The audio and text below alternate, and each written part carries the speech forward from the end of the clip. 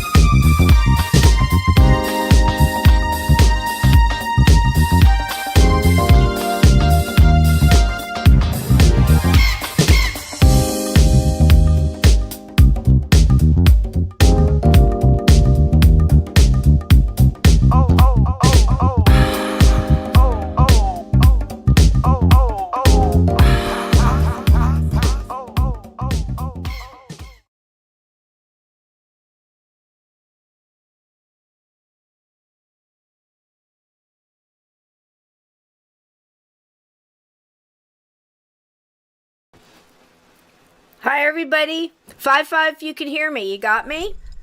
Hang on, let me move my microphone a little closer there. How is everybody tonight?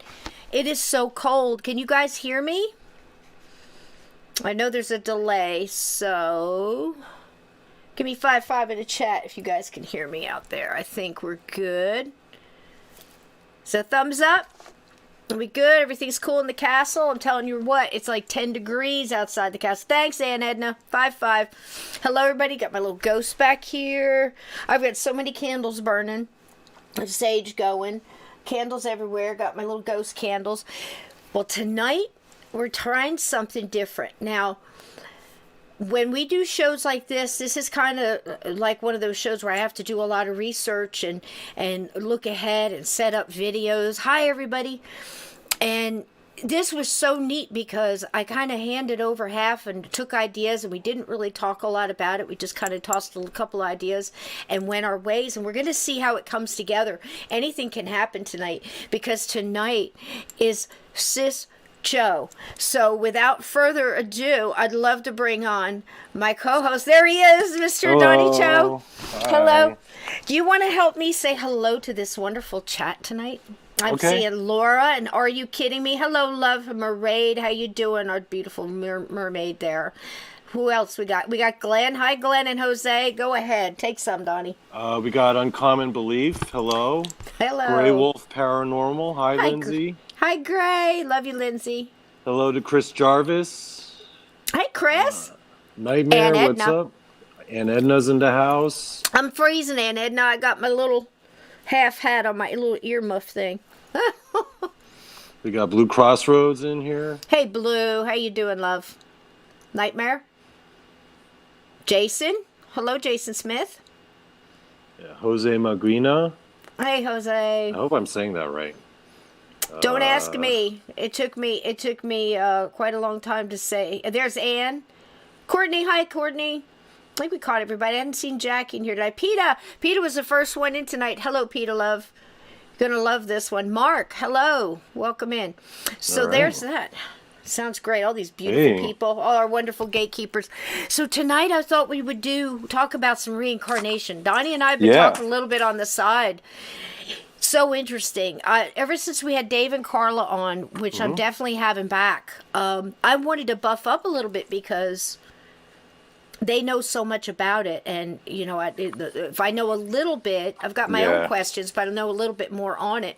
I can ask deeper questions and stuff. And Donnie, you were asking great, questions when they were on, and I can't wait to hear more about that ring that was with them through like so many different lives. Remember the ruby ring that they talked about that was on the cover? Yeah. I can't wait to get them on and talk about that. But you've kind of dipped into this in and out all your life. It's interested you. Why don't you tell us a little bit about what you think about it and stuff before we get into the kids? We've got a lot for you tonight, guys. Go ahead, tell us your thoughts. Well, I took a pretty early interest in Buddhism when I was in college, like in my early 20s. And look at that beautiful mug. I need to get Mm-hmm. me one of those. A little crispy. See a little crispy right there? A little crispy. A little crispy. Go ahead. I'm sorry, honey. What was I going to say? Yeah, so I was, that's when I Buddhism. first got introduced to the topic of reincarnation. It was always something that I thought was plausible and interesting and had some good applications and kind of made sense when you put it up against concepts in the paranormal that you come across. And I've also, as I started to grow more interested in spirituality and the supernatural, I started reading different sources, as you'd say, Yeah. as a lot of people would. I'm sure you have as well. And I'm just kind of here tonight to compare notes, see what Isn't we've it learned. great? Yeah. It's so much fun. I've had so much fun looking at it, but it didn't seem like I was studying for something that was, it wasn't the same as having a guest on where I had to read a couple books or at least read one book and then delve into the next one a little Yeah. bit. It wasn't like that. It was just, we took different approaches to it and the things that really interested us about the subject and then went and had fun. I want to just pull the podcast over for just a second because I wanted to make sure tonight everybody's good. I'm guessing if you're watching us, you have electric or you have your cell phone, you can charge it. I don't want to assume that everybody's okay because they're able to be here tonight. Does everybody have electric? Is everybody comfortable? Are you kidding me? Let's see. What she's saying something here about, what is this? Well, it's a heat wave compared to Saturday, which was a negative 23 Celsius. Oh, my goodness. We're 10 degrees. If you guys don't have any electricity, send us a message in Morse code in the chat.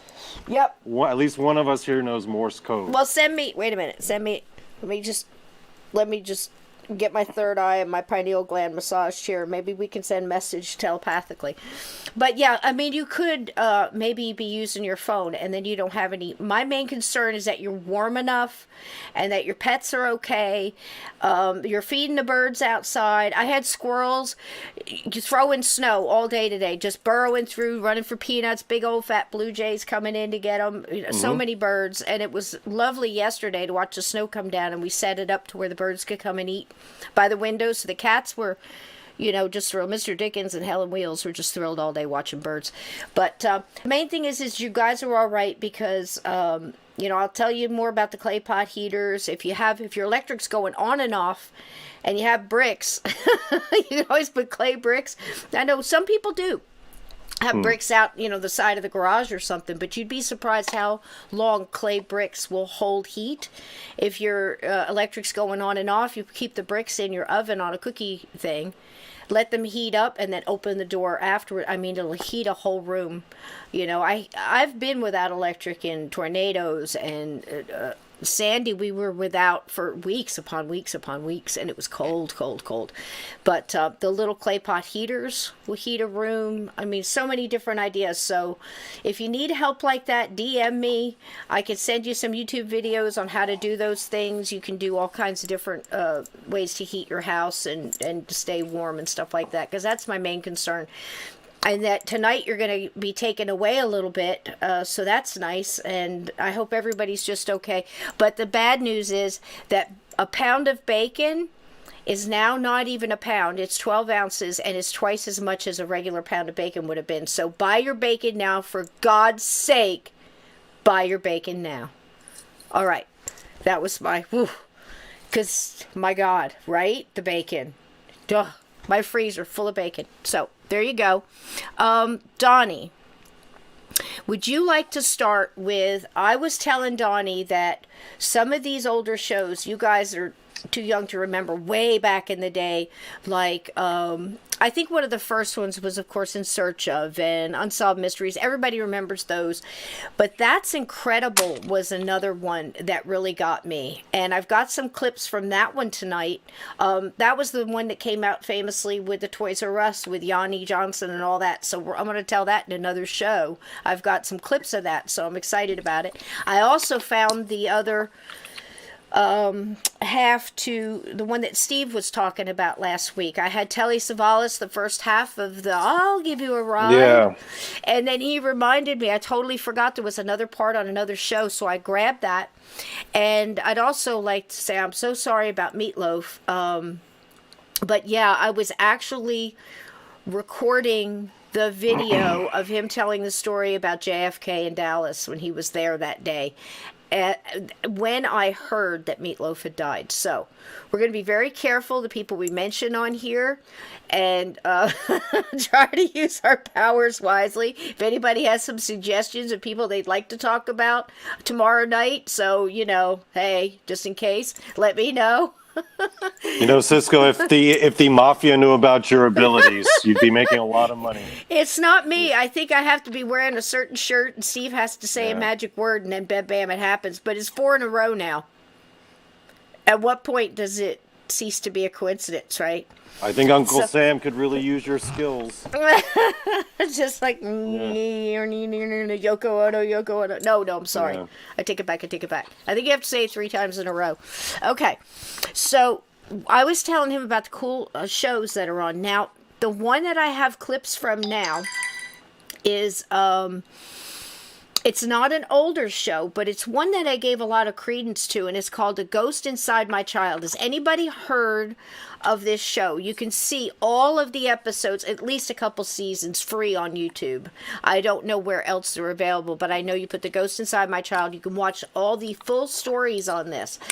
But gone with you, Glenn. Let's go, Brandon. So believe me, I'm thinking about it. So anyway, don't make me get the flying monkeys. Don't make me get the flying monkeys. But this was a show, I think, very well done. They usually, each episode, Don, usually has 2 stories. They'll start with the child and what happened. Mm-hmm. Now, I'll preface this entire thing with saying this. Each one of these children seem to have similarities, and I'll name them all. And this was not just the ones I picked tonight, but say somewhere around 20 to 25 children of these shows that I've watched. That's a lot of kids, all right? Yeah. So that's a lot of average. Every one of them seems to be quick developers. They lifted their heads. All the moms here know what I'm talking about. They lifted their heads sooner than any other baby. They were able to get from a crawl to a stand. As soon as they stood, they started running, basically. Talking early, large vocabulary at a very young age, able to form full sentences and thought patterns and hold a conversation at an extremely young age, some of them under 2. And they each had some kind of, I don't want to say phobia, because they all didn't have a phobia, but most of them did, saying all of a sudden fear of water for no reason. Like the family had never gone to the lake or gone to the ocean, go on a trip, and as soon as they saw the ocean, started to panic. More so than a normal child just throwing a fit. This was like just all out fear. Almost every single one of them, either from a young age, baby-wise, about half of them either completely slept through the night, no problems, or just never slept. Like what we used to say is a colicky baby. Now, I can tell you my oldest son did this. He checked off many of these boxes. Remember, I told you I thought it was possible that he had been on the Titanic or had something to do with the Titanic. That kind of thing. Knew things in the that you saw pictures of the Titanic that just took him back, was able to describe plates and things, the different patterns on, like, say, first class versus, second or third. Crazy stuff like that at a young age. These kids did the same thing. The night terrors were beyond. At about the age of about 2 to 6 seemed to be the worst for the night terrors. Now, I'm saying all this because you don't know when you're going to come across another kid that's going through these things. And it's easy to put off this and this. And I have to hand it to these parents, because at least one parent out of, the group who was ever around this child was like, no, there's something to this. The weird things that they're saying that just didn't make sense. And then the development started coming. It seemed like when the parents talked to them, more would come out. 2 of the dads out of the 25 stories I watched they were going to prove it wrong. Not in my house. You know what I mean? Not whatever you're crazy, and that kind of thing, and accidentally stumbled upon evidence that the kid was telling the truth, and these were facts that they were talking about. So those were some of the similarities. Also, another one was wounds. Problem with an ear, where the person before had died had a damaged ear or damaged head, scars, birthmarks, problems that doctors can't explain why they have it, and almost every single one of them, chat. The most miraculous thing, when these little souls found a way to deal with the past and came to grips with it in their own little way, it seemed to ease up off of them. And each one of them said they had like a kind of a relief, like a weight had been lifted off of them. So without further, doesn't that amaze? All these different, that's 25, and it's like split in half on the sleeping through. All of the babies also, the grandparents, oddly enough, seemed to be the ones that noticed when they looked into the child's faces, even from birth, that the child just had a knowing. Like they weren't scared, they're just watching everybody, like an older soul kind of thing. I found that amazing. So without further ado, I'm going to pull up this little vid that we have here, and I'll explain a little bit of the stories that go through. Okay, here we go. You ready, Donnie? I'm ready. Here we go. All right, this little man here. Now, I wanted to tell you that he started out as soon as he could talk. One of the first words out of his mouth was Pam. Every animal that the family got, every stuffed animal he got, every toy that needed a name, he wanted to name it Pam. And the parents couldn't figure out where this is coming from. It wasn't in any of the shows. This family happened to be pretty strict on the TV and not just letting him watch what he wanted. So they could pretty much zero in where he was getting information from. There was nobody in his play group, nobody's parent, nothing else. It was Pam, Pam, Pam, Pam, Pam the whole time. And that was their first thing, along with the fact that he kept telling his mother that he used to be a lady, and he had long black hair. And he would just tell things like this, like when she was getting ready for work and brushing her hair, and she said, I used to have hair like that, except mine was black. Mine was longer. And then just toddle off, little things like that. Can you imagine being a parent and hearing stuff like this? You don't know quite how to receive it, and you don't know how to process it. But again, I hand it off to these parents because a lot of these parents work through it. So this little boy is telling his mom he was in an office building as a woman. It caught on fire and she jumped from the window. He could remember hitting the pavement. So he's telling his mother all the way through, from the time he can talk all the way to about age 5, that he was a woman, he had long black hair. He worked in an office building in a certain city. He named the building. He named where it was. He couldn't remember the year, but he said he worked there and it was on fire. So his mother starts doing research, and she starts digging. And she finds a woman named Pam that jumped to her death in the city that he said he was from. She then digs up some pictures, and she's smart about it. She puts some pictures together all on the same paper. Except there was one problem. The woman that she found was a black woman. She never thought to ask. So that night she's putting him to bed, and she said, when you were Pam and you had long black hair, what color was your skin? And he said, black. That quick. So the next morning she got her husband together, and she put this paper together with all the pictures, and he points to it right out of the gate. It's Pam, the woman she had found in the office. So this family walked him through it, took him out where the office building was. He didn't want to go in the building, but he looked towards it. He went to the sidewalk, and he said his goodbye to Pam. And from that point on, he talked about it less and less and less. They found a way to say goodbye to the past, to accept it, walk through it, talk through it, and then go say goodbye, a little ceremony that he was involved in, and walked away, to not forget, but to carry on and put his life first. It was a beautiful story.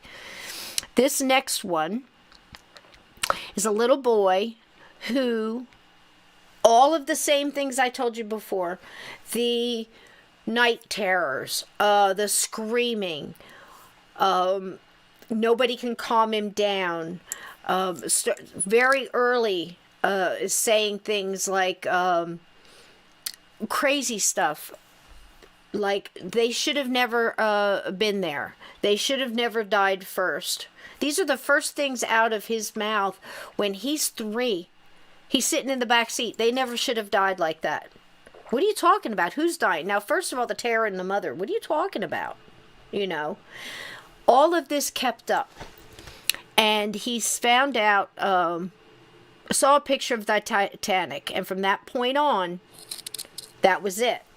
Now, he got the obsession with the Titanic. He wanted pictures of books of the Titanic. He would try to draw pictures as a very young child. When he first got crayons and pencils and all that, what's that? You know, that's before preschool, right? Just screwing around. He's drawing boats.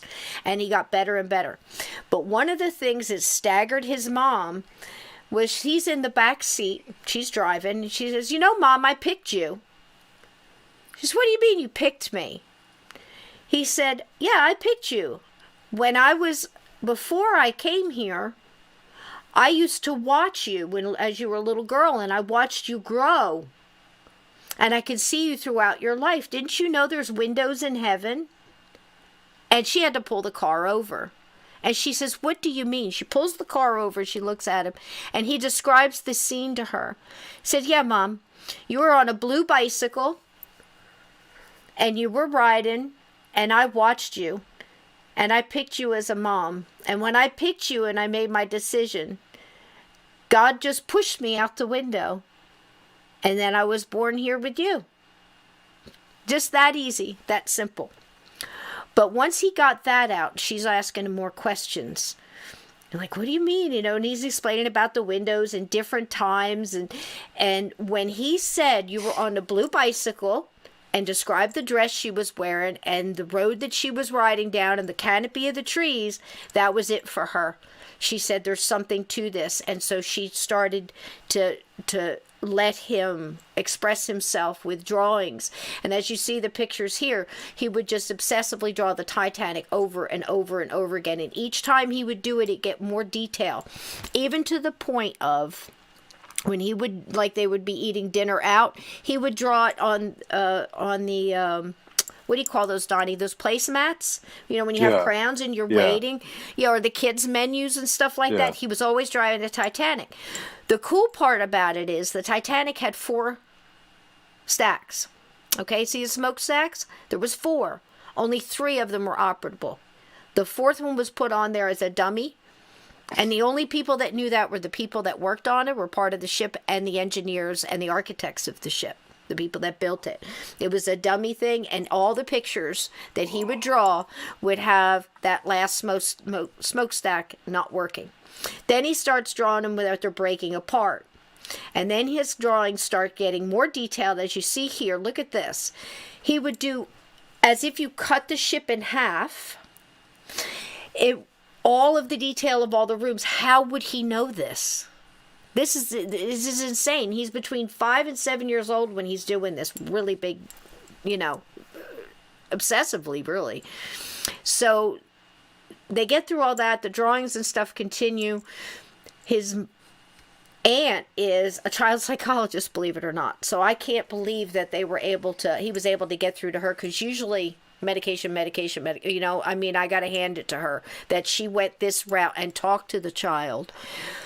They decide, his aunt and his mom decide that they're going to take him to the Titanic exhibit that comes to town.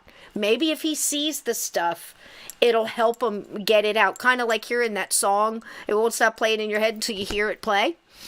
So they do. They take him to the Titanic exhibit. He's thrilled about it.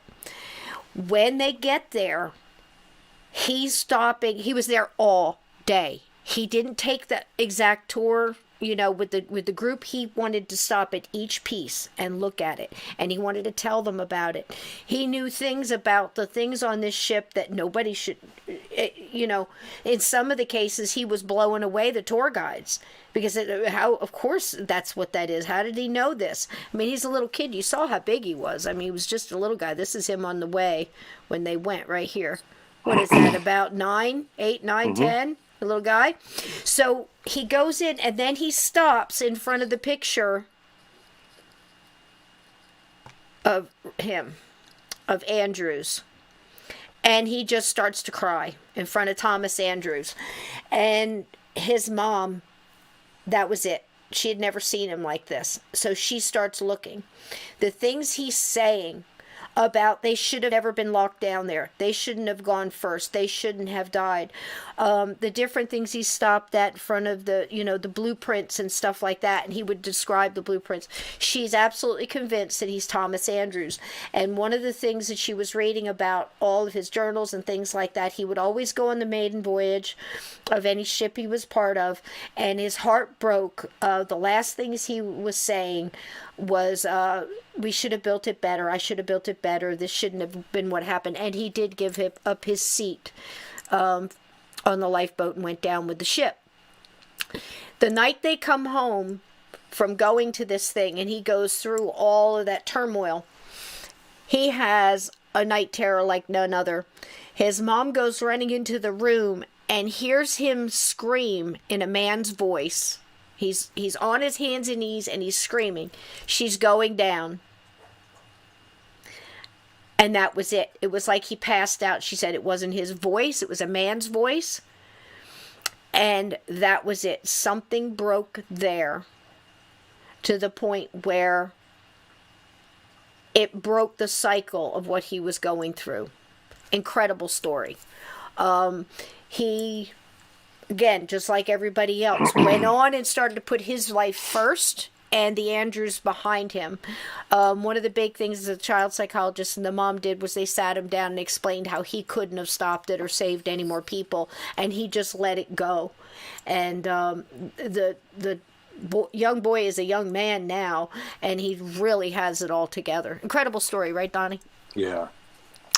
This one here, it's hard Yeah. to like be skeptical, because these are little kids and they have no information. These people wouldn't have much of a reason to lie about it either. I know. It's insane. Yeah. And the detail, I mean, I'm leaving a lot of detail out. I'm trying to tell you the important stuff off the top of my head.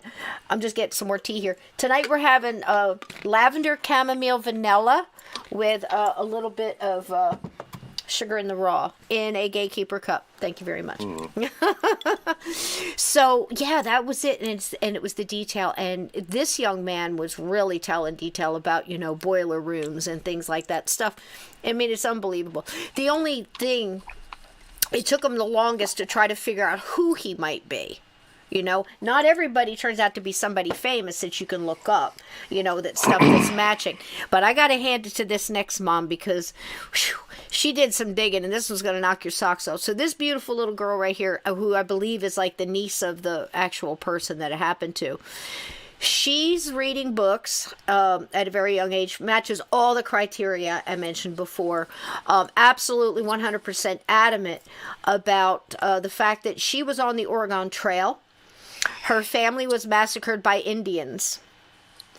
And she held her sister while she died.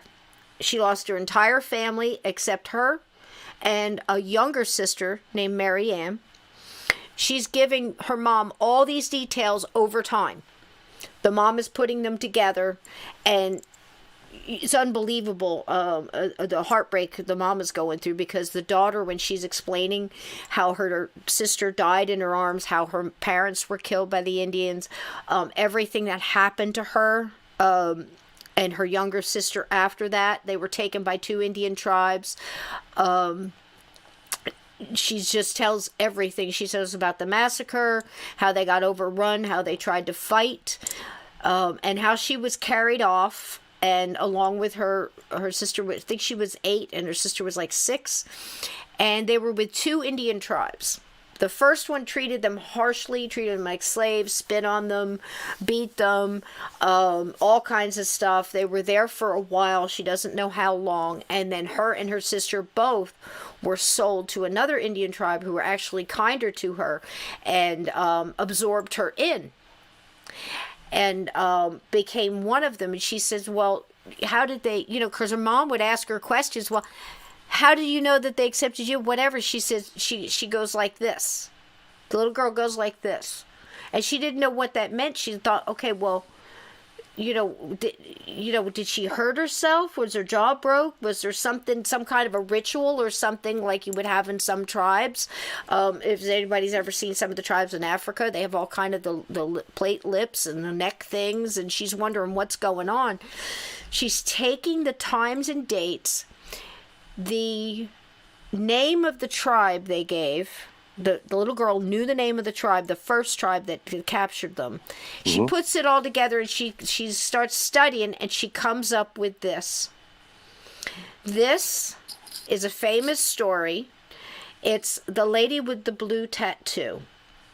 And the reason she brought with this is because she's finding with the Oregon Trail, her name, the little girl's name, her sister's name, Marianne, and the name of the mother.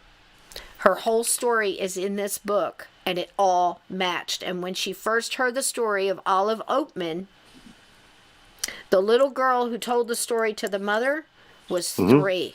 3. So how in the world is she going to know this? And the fact of the little chin, here's the little girl right there when she's telling her about Olive. Now, what they do, their ritual to let it go, and chat, gatekeepers, we're always talking about intent and how simplistic things can do, like little hinges swing big doors. Your intent and the ceremony that these kids are doing, there's nothing rule-wise to it. It's basically an intent and a let go. And a let go. So what they did is her mom took her to the lake, just the river, because Olive always talked about how much she liked to watch the river and, that kind of thing. And she dropped white feathers into the river to say goodbye to Olive. And she said after that, Olive was gone and the little girl could live on with her life. Here's another one. Now, that one you would say, okay, well, why are you just finding, famous people? Not all of them were. But I picked these because every one of these stories, you can go back and match it. Yes, at 2 years old, she's telling the name of the mother, the tribe, her little sister, everything matched. Incredible. I can't imagine what these parents, falling off their chairs when this hits them, This one is going to blow you away. This adorable little girl is just fantastic. Her dad's worried because all she wants is old things, antiques. When most kids wanted this for Christmas or that for their birthday or a bicycle and things like that, she wanted old movies, old movie posters. All she wanted to do was sit around and watch old silent movies. She wanted to dress like the old golden age of Hollywood stars, right? I'd see her here in her little crown, and she'd dress all up like a princess to watch TV. Her mom would take her to antique stores, and she'd buy all these different old pictures and old magazines and things. And she finally came across, her mom would buy her old movie magazines. And she comes across this gentleman here, Jack Pickford. And since she was little, like the little boy that kept saying Pam, Pam, Pam for everything, this little girl was always Jack, Jack, Jack. Everything wanted to be Jack. She came across a picture of him in the magazine and pointed to it. She said, "This is Jack. This is Mary Pickford's brother, Jack." Now, if you ever heard of Mary Pickford, she was a famous silent star, right? This was her brother, Jack Pickford. And this is what she says to her mom. At age 3, "He was nice to me. The others weren't. He was nice to me." So as this little girl is growing up, she's like 11 and 12, and like other people have posters on their wall of stars. She wants a poster of Jack Pickford, and her parents got it for her. This obsession kept going. Now, her little girl's name was Amy, and she has traumatic memories of her past life as Lucille Rickson. She actually remembers the name of who she used to be, Lucille Rickson. And Lucille Rickson was a child silent movie star from the 1920s. She and her mother are traveling to Hollywood to get closure. So Amy and her mom, now she's a senior in high school, and they're going to go to Hollywood and they're going to check out some stuff because all her life, her mom and her studied this movie star. And she would tell her things like, I think she died, Mom, when she was very young, right after her mother died. Now she felt like she was, done living. She couldn't live without her mom. She was 14 years old doing these movies, by the way. They said it was tuberculosis, but the girl kept saying, no, it was something else. They lied. So again, her mom is taking her to Hollywood to try to find out these things, and she already knows quite a bit. She is going to meet, her mom set up that she could meet with a man named Michael Anchorage. I can't pronounce that right. Is an expert in the golden age of Hollywood and had studied Lucille Rickson extensively. So now she's getting the thing of her life. She gets to go talk to somebody who understands what this girl's life was about, right? This is a picture of Lucille here. And this is her house where Lucille died. So this young girl and her mom is going to see this. When she saw this house, it about floored her. But her mom let her work through the emotion of it. And she was able to deal with it. This is where she died pretty much by herself. She had an older brother, but, she was up there by herself for months dying. So there she is. That's Amy there with her mom. And that's Lucille. A couple pictures of how sad she looked. Can you believe that girl's 14 in this? She looks 40 in this silent movie. The girl with the long hair, she's actually 14 years old. Crazy. I feel like everyone in that time period all looked sad in photos. Yeah? Yeah.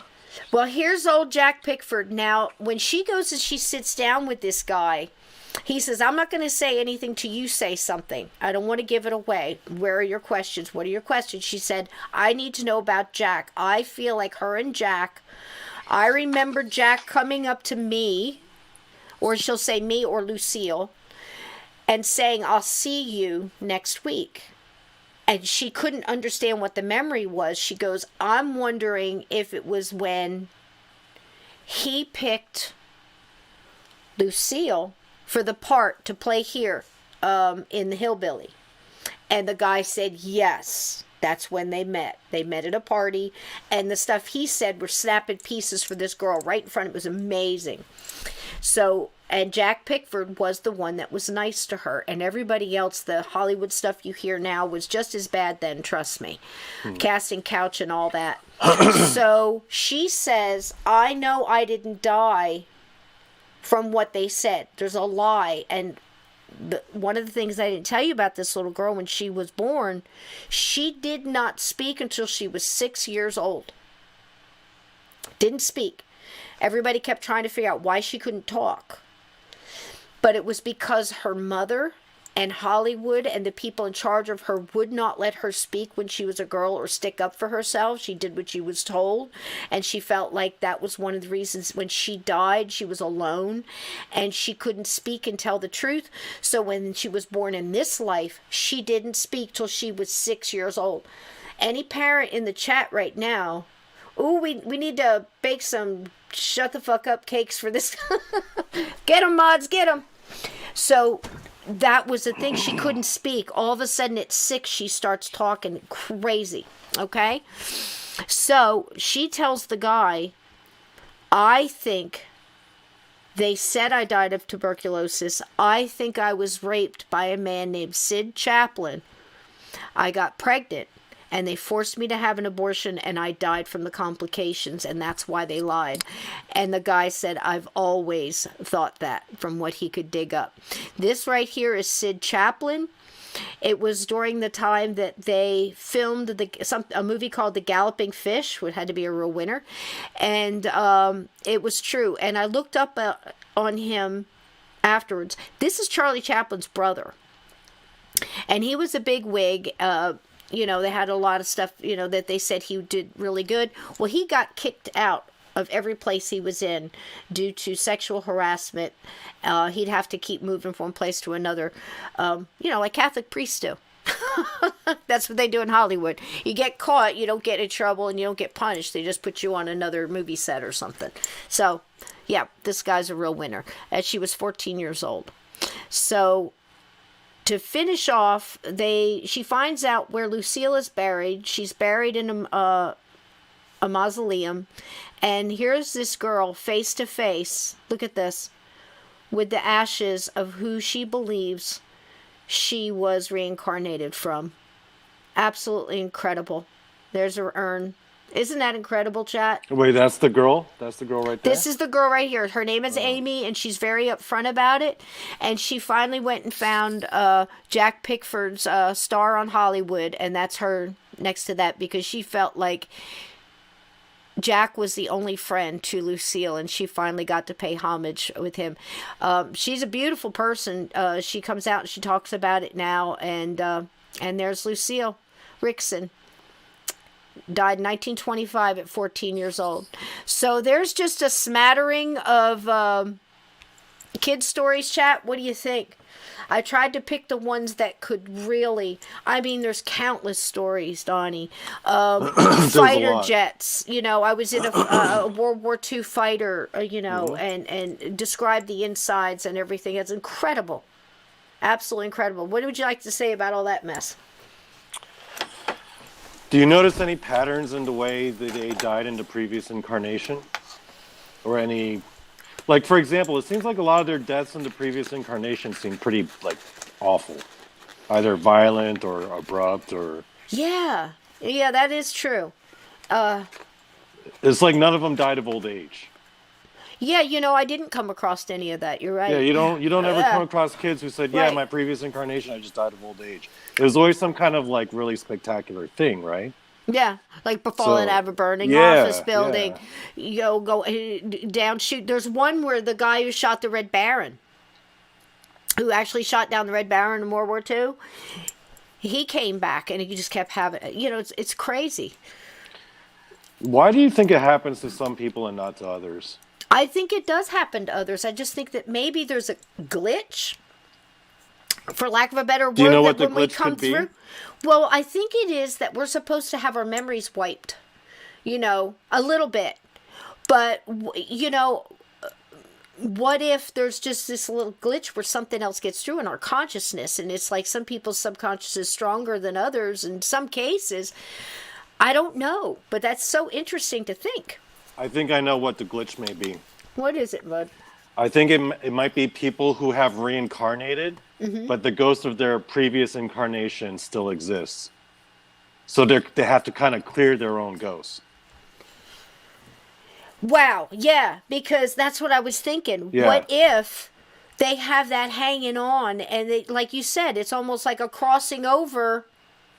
I see two types of hauntings, right? The first type of haunting is when a person does not choose to cross into the light. Essentially, their soul stays here. But the other kind of haunting is like a memory or like a mental loop. Death echo. Right? Something like a death state or death echo, like a it's not the actual consciousness. It may be an aspect of like the memory and emotions, but it's not really actively making decisions. So you can't really say that's a conscious entity. It's like a memory playing over. So what if someone crossed over, but they died a very horrible death where they left a memory kind of haunting, and then they reincarnate and they're like, yeah, I got to clean up my own mess. Yeah, so cool. You know, because that goes hand in hand, dude, with people coming back. Wasn't it just... Dan Baldwin was on last week, 2 weeks ago, and we were talking about Maddie Earp, who went through her stuff, prostitute this, laudanum that, so what? Everybody gets hooked on something, does something, doesn't mean she was a bad person. But she went through this horrible melancholia, all of her life, and then Before crossing over, she helped some people. She crossed over and then she came back, according to Dan and his group, came back to help them cross more. Very much like Jim and Dave and, the Barrys over at Hoover House. Same type of thing. They got spirits over there, come back. The one that choked me in the cellar. Again, same thing. Very similar to Maddie. Was showing me that she was surprised at who choked her. She trusted the wrong person kind of thing. But she's coming to help the dude that killed her cross, to help her own vibration and stuff. So that very well may be that these little, with the help of their families, because, oh my God, the stuff that they go through, trying to figure out what's wrong with, and hats off to them that they just didn't line them up to get drugged.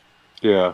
They worked through it, and through compassion and understanding and research and trying to learn and trying things, they worked together as a group to move through it. Because if these kids were just, oh, shut up, that's nonsense, I don't want to hear that anymore. How many kids get that? Oh, I guess. What happened in the chat? Huh? Chat's right here. I said, how many kids get treated like that? Like I thought you were saying shut up to someone in the chat. I was like, no. Oh. They already baked some shut the fuck up cakes. Okay. I saw them take out a couple of the Russian bots. It just dawned on me just now. Like, is it possible for your reincarnated self to encounter the ghosts of your previous self? That's what's happening. Like they said, like ghosts inside my child. There's actually another person living inside this person. And I think in a lot of cases, guys, if you think about it, what if a lot of the stuff that we're carrying, like with me, like the one medium who told me that the energy reader said the anger wasn't mine. I had to let it go because it's not my anger. It was my mom's while she was pregnant with me. So similar to that, what if a lot of people are carrying around echoes of their past lives, phobias, right? Things like that. I can't stand having anything around my neck. I mean, the only time I'll do it is when I wear regalia and I wear one of those, lyre chokers that, the Native American chokers are made out of bone and stuff. But I can't stand even a turtleneck, And I always joked and said, I'm pretty sure I was hung in another life. I'm pretty sure I was probably burned at the stake I probably cured half the town's kids or, stuff with herbs. And then they burnt me as a witch later when, whatever. But you know how many times that happened? Yeah. But yeah, I can attest to that. Birthmarks. I got plenty of stories, especially Civil War. Reincarnation stories where people actually have pain, or birthmarks where the person they believe was shot. All of that stuff. It's incredible.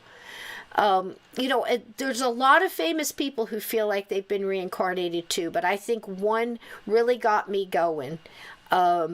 Always has, always will. One of my favorite people, we all know I was military. We all know how I, was raised and grew up and stuff. But when you're talking soldier and you're talking warrior, if you're talking about an American soldier and warrior, somebody that you just put in charge to get it done and not even have to worry about it, that would be General Pattin for me. He was really something else. And he did not hide the fact that, thank you, Blue, one of my all-time favorites. And I'll tell you, George C. Scott as Pattin, it's like hard for me to close my eyes and imagine Pattin, because I always see George C. Scott first. But absolutely wonderful movie. Wonderful. I mean, whether you're a fan of Sun Tzu and the Art of War, or you're just a military buff or military strategy or anything military operations, you can't really get the full study without taking in Pattin. What do you think, Donnie? Well, I feel like Pattin. Okay, so for my part, I spent like the last couple of days downloading Pattin into my brain. Yeah. Just watching a bunch of YouTube videos on biographics and reading through some of the stuff he talked about with reincarnation. Mm-hmm. And this guy's, his case is not quite the same as the kids because, this guy stands out. Remember earlier you were talking with that guest you had like last week, Carol? Yes. We were talking about soul contracts, and then she talked about soul blueprints. Yes. Love He her. didn't when Pattin was born, he didn't just come into this world with this knowledge of his previous incarnation. He had his whole soul blueprint Incredible. in his head. Like, he knew right away. Incredible. He knew he had a singular purpose from a very small age, that he was to be a general and lead a war against a very bad dude, some very bad forces, and he was supposed to be the one who protects the world from them. This was the destiny that he had in his brain from since he was a little kid. Since he was little. And I think some people are born that way, but afraid to say it, Donnie. And that's why I'm trying to stress for the chat. Yeah. I mean, how many people in chat right now? I'm trying to catch all the things you're saying, Glenn. It's true. But you know what I've always thought about that, Glenn? He's saying Pattin had a squeaky voice. You know what the American eagle, how beautiful the American eagle is? Have you ever heard an American eagle? Sounds like a sparrow on steroids. I mean, it's just got the highest squeak. And they don't even use it on the car commercials. When you see the Eagles come in and land it on the automobiles or the Cadillacs and stuff, they don't use an eagle squeak. They use a hawk. Because the eagle squeak is just so, it's like my Suzuki Reno's car horn to make it's like, I can yell louder, you know. But I always thought of the American eagle. It's like, you know what? He didn't have to talk. All he had to do was just stand there and look beautiful and point, because his troops would have walked into hell for that man. Absolutely. I don't know if there are too many World War II buffs in the chat, but when you read through some of the details of his life, knowing that that's what he was basically espousing, and the narrative that was being built, that he was this ancient soul that's been through every major war and conflict throughout all of history. And the whole purpose of this blueprint of destiny was so that he can incarnate on Earth during the time of World War II to protect the world from Hitler. And all of that, all of what he did with fighting with Alexander the Great, fighting in the Roman Legion. He was talking about riding with Napoleon's generals. He was like, Absolutely. I was there. It happened. I was there. And he's adamant, without question. And he's not even trying to hide it. He's not even shy about it. Did not give a shit. Yeah. And everyone just thought he was crazy, because even from a little kid, he was like, yeah, I was also a Viking. And, I died by getting killed with an axe. He just say it just so matter-of-factly to whoever. It was almost like, it's like this time, it seems like so many it's like the universe has downloaded so many light workers to work during this time. I think at that time of like World War II, you would have a lot of people downloaded to take over those high positions. I know several mediums now who stay in this high vibration and won't even talk about any negative things that are out there. They'll call somebody else if it's something bad, because they were generals in wars and they sent so many people to die out of their mouths separately at different times. This is what they said. There were generals in wars and had to send so many to die that these next few lifetimes, they're going to work only in the light to make up for it, to get it off their soul. It's incredible thought. Would you like me, I don't know how many people have seen the movie Pattin, that George C. Scott plays. It's fantastically done. It really dips into, it kind of focus around, what's up? This chat is flying. Is it flying? Yeah, type slower, people, please. Good Lord. That's funny. I don't know how to do that slow chat either. Other people do, but I don't know how to do slow chat. But, he was something. So I pulled this little clip. I hope y'all like it. Now, I have a little disclaimer here. It's possible I'm going to get a copyright strike on this. So like I told you guys before, I'll run it on the live, but if I have to cut it out, I'm going to do 2 beginnings. So if I cut it out, it'll make sense for the listeners that are watching it after the live. Have you seen it a dozen times? Oh, at least that many for me, Chris, if not more. I just hear the music and I just the little bit of music from the beginning. You know what I mean? My heart just palpitates, man. I'm telling you. I know. And I'll explain why later. Donnie knows, but I'll explain why later. But here we go without further ado.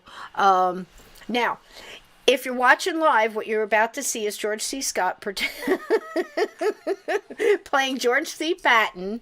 Okay, and he is describing how he was there. I was here, and he tells a little bit of a poem that he wrote. If you guys don't know it, it's called "Through a Glass and Darkly." So through a glass, looking through like binoculars, I believe he's talking, or a spyglass of some sort. It changed through time.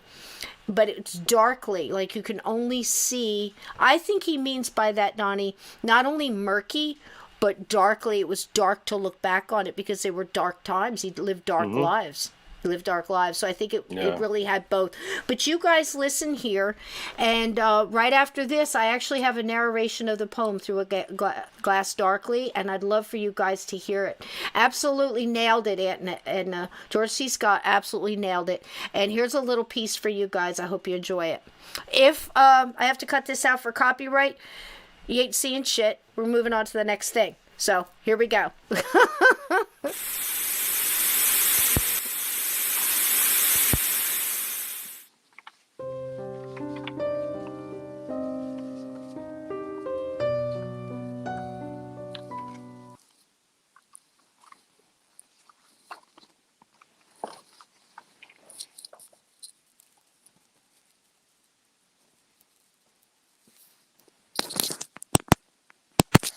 Can you hear me? I can't hear you.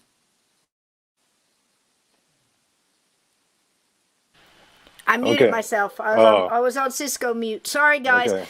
I'm just saying, unbelievable. Just the music. Yeah. Blue, am I right, Chris? Oh my God, the music. Just hearing that echo of the trumpet in the back. Oh my gosh. Thanks, guys.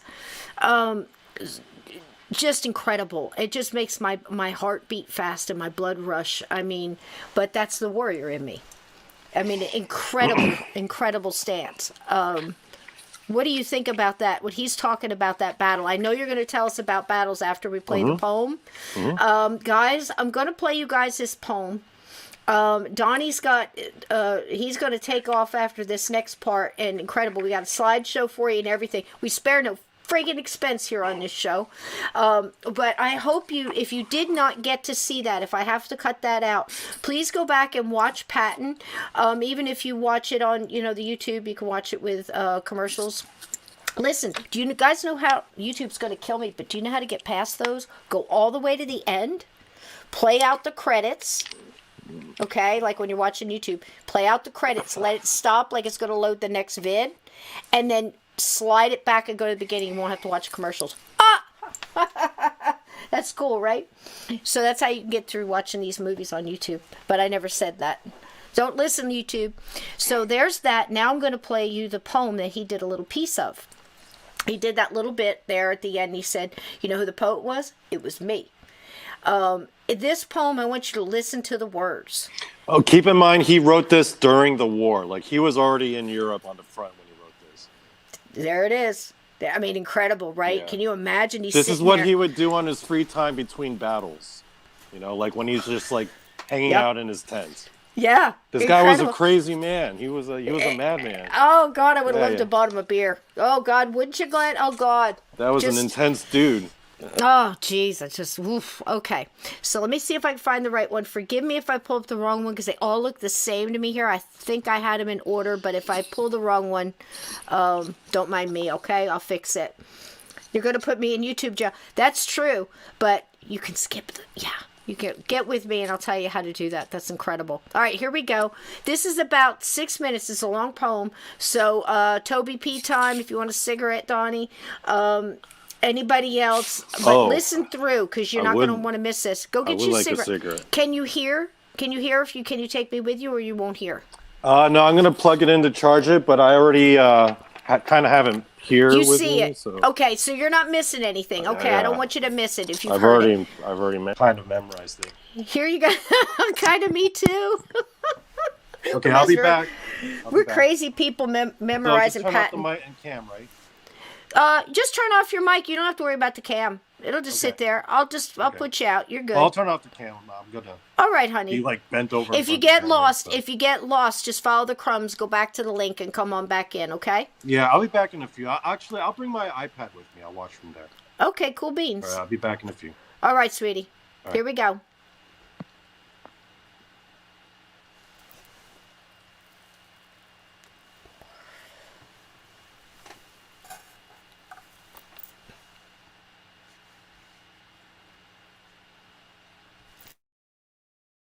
War. Through the travail of ages, midst the pomp and toil of war, have I fought and strove and perished countless times upon this star.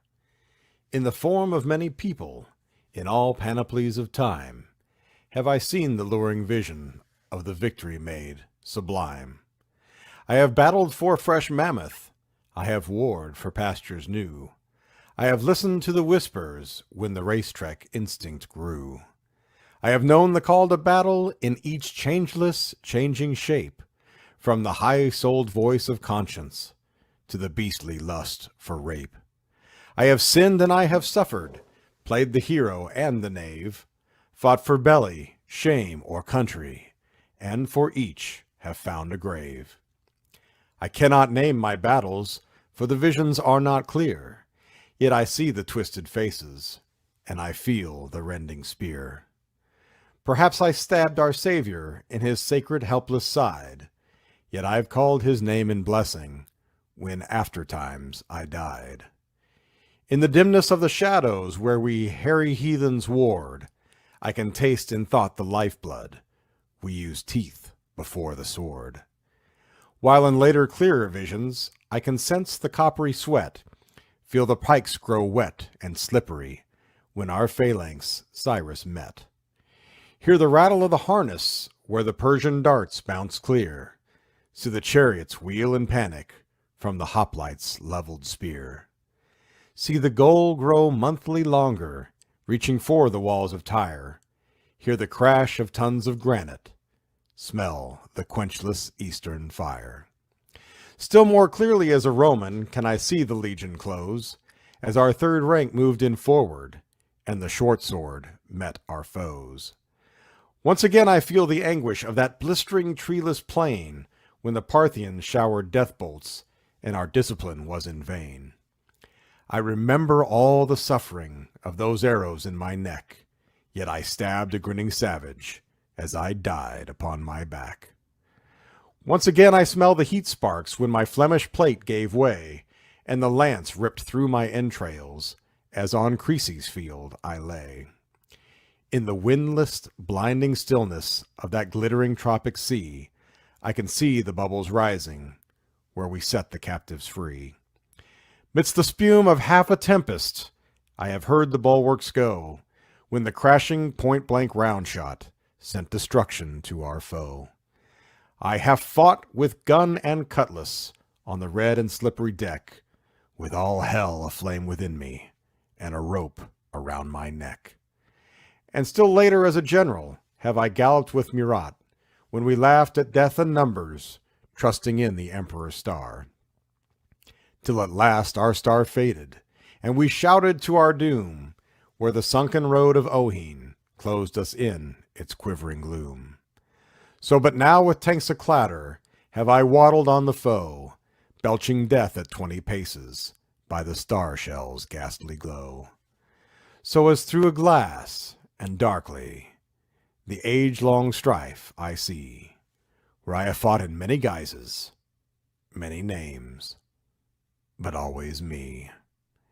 And I see not in my blindness what the objects were I wrought, but as God rules over our bickerings, it was through his will I fought. So forever in the future shall I battle as of yore, dying to be born a fighter, but to die again once more.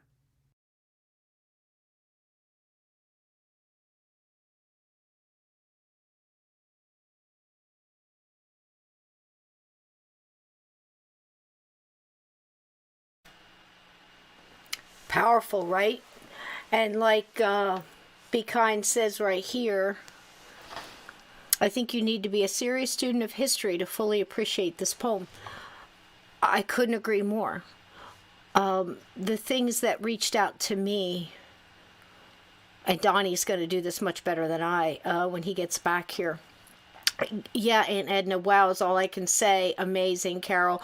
I saw a lot of people saying this reminded me of my dad or my granddaddy, or Donnie's got a sweet nicotine buzz. Did you hotbox that one in? That'll make you dizzy. In all seriousness, though, the way he describes what weapons he used throughout, the fact that they were chasing woolly mammoth, how far back? That did I perhaps spear the unprotected side of our Savior and then cry his name as I died throughout my lives for him to save me? Powerful. The other line in there, Donnie, I was talking about lines that pop out whether you know history or not, that reaches out to any heart, about the part where he says he can taste the coppery, the taste of blood, basically, I think is what he's talking about. Because before the sword, they used their teeth. This is how far back this warrior goes, and he's so clear. And I think something we can learn from that is, like Donnie said, what's that break? Is it a chemical thing? Is it something in your consciousness that just slips through? Is the DNA, is the threads, woven stronger, or like a well-worn path through the woods? Just lightly tripping on it back and forth, you create this path. And maybe in that case, there's something there, meaning memories from other lives can seep in just that little path. And it's incredible. But the statement made here was, I think you need to be a student of history to understand that poem. And we got Donnie tonight. So what have you dug up on that? I'm not first of all, before I go any further, just let me be clear. I'm not an expert. I'm just a guy who goes into these deep dives into like ancient history. But once they invent gunpowder, my knowledge of history drops off like immensely, because that's when it gets a little boring for me. I like the spears and the sword stuff. Yeah, so buddy. I'm just a fan. I'm not an expert. So if I get something wrong and you are an expert, don't come after me. Okay. We're all up here just doing our best. Yeah. We're all just spitballing up here. This should be the I'm just a fan. podcast. I'm just a fan of history. That's all. Oh, me too. Me too. And if we do not learn from history, we are destined to repeat it. Santayana. Yeah. Another George. It must be George night. Oh gosh, I hope everybody's safe. Everybody we're talking about is dead, right? George Santiago. Well, yeah, it's history. So Pattin's gone. Yeah. George C. Scott's gone. Okay, we're safe. I think. We're good. We're good. Okay. All right. I was getting nervous, guys. All right. Go ahead, Donnie. Okay. Oh man, you made me lose my train of thought. I'm sorry, okay. sweetie. Do you want your slideshow? Oh, first. No. I got it. I remember what I was going to say. But do you want your slideshow now or not yet? Maybe we can do it a little bit later. But all right. You ever hear the expression "God's gift to women"? Mm-hmm. Right. Some guys say, "Yeah, I'm God's gift to women." Yeah. Pattin in his brain, like he would, or like the way he talked, in his mind, he saw himself as God's answer for Hitler. That's how he saw himself. Like there's this evil force that's doing all this stuff, and what is God's response when people pray to him for an answer? That he sent down his freaking war machine, and that was George Pattin. That's what he was, and that's what he believed himself to be. I'll drink to that. Even when he was a little kid, they said all he would do is just read military history and just go over like battles and read about battles from like a little kid. And even then, they asked him, "What is your aspiration?" He said, "I'm here to save the world." Mm-hmm. Isn't that incredible? I mean, it's kind of what he did, cool. too. Yeah, it's so too. cool, though. And they held him back, man. They held him back. I mean, like his unit single-handedly like tore through the entire western front of the German army. If you follow like the Battle of the Bulge and the kind of the, you have to keep in mind he got demoted. Well, I guess we could show the first picture now. Sure. But he would actually like ruffle a lot of feathers because he was the kind of guy that just said whatever he wanted to say.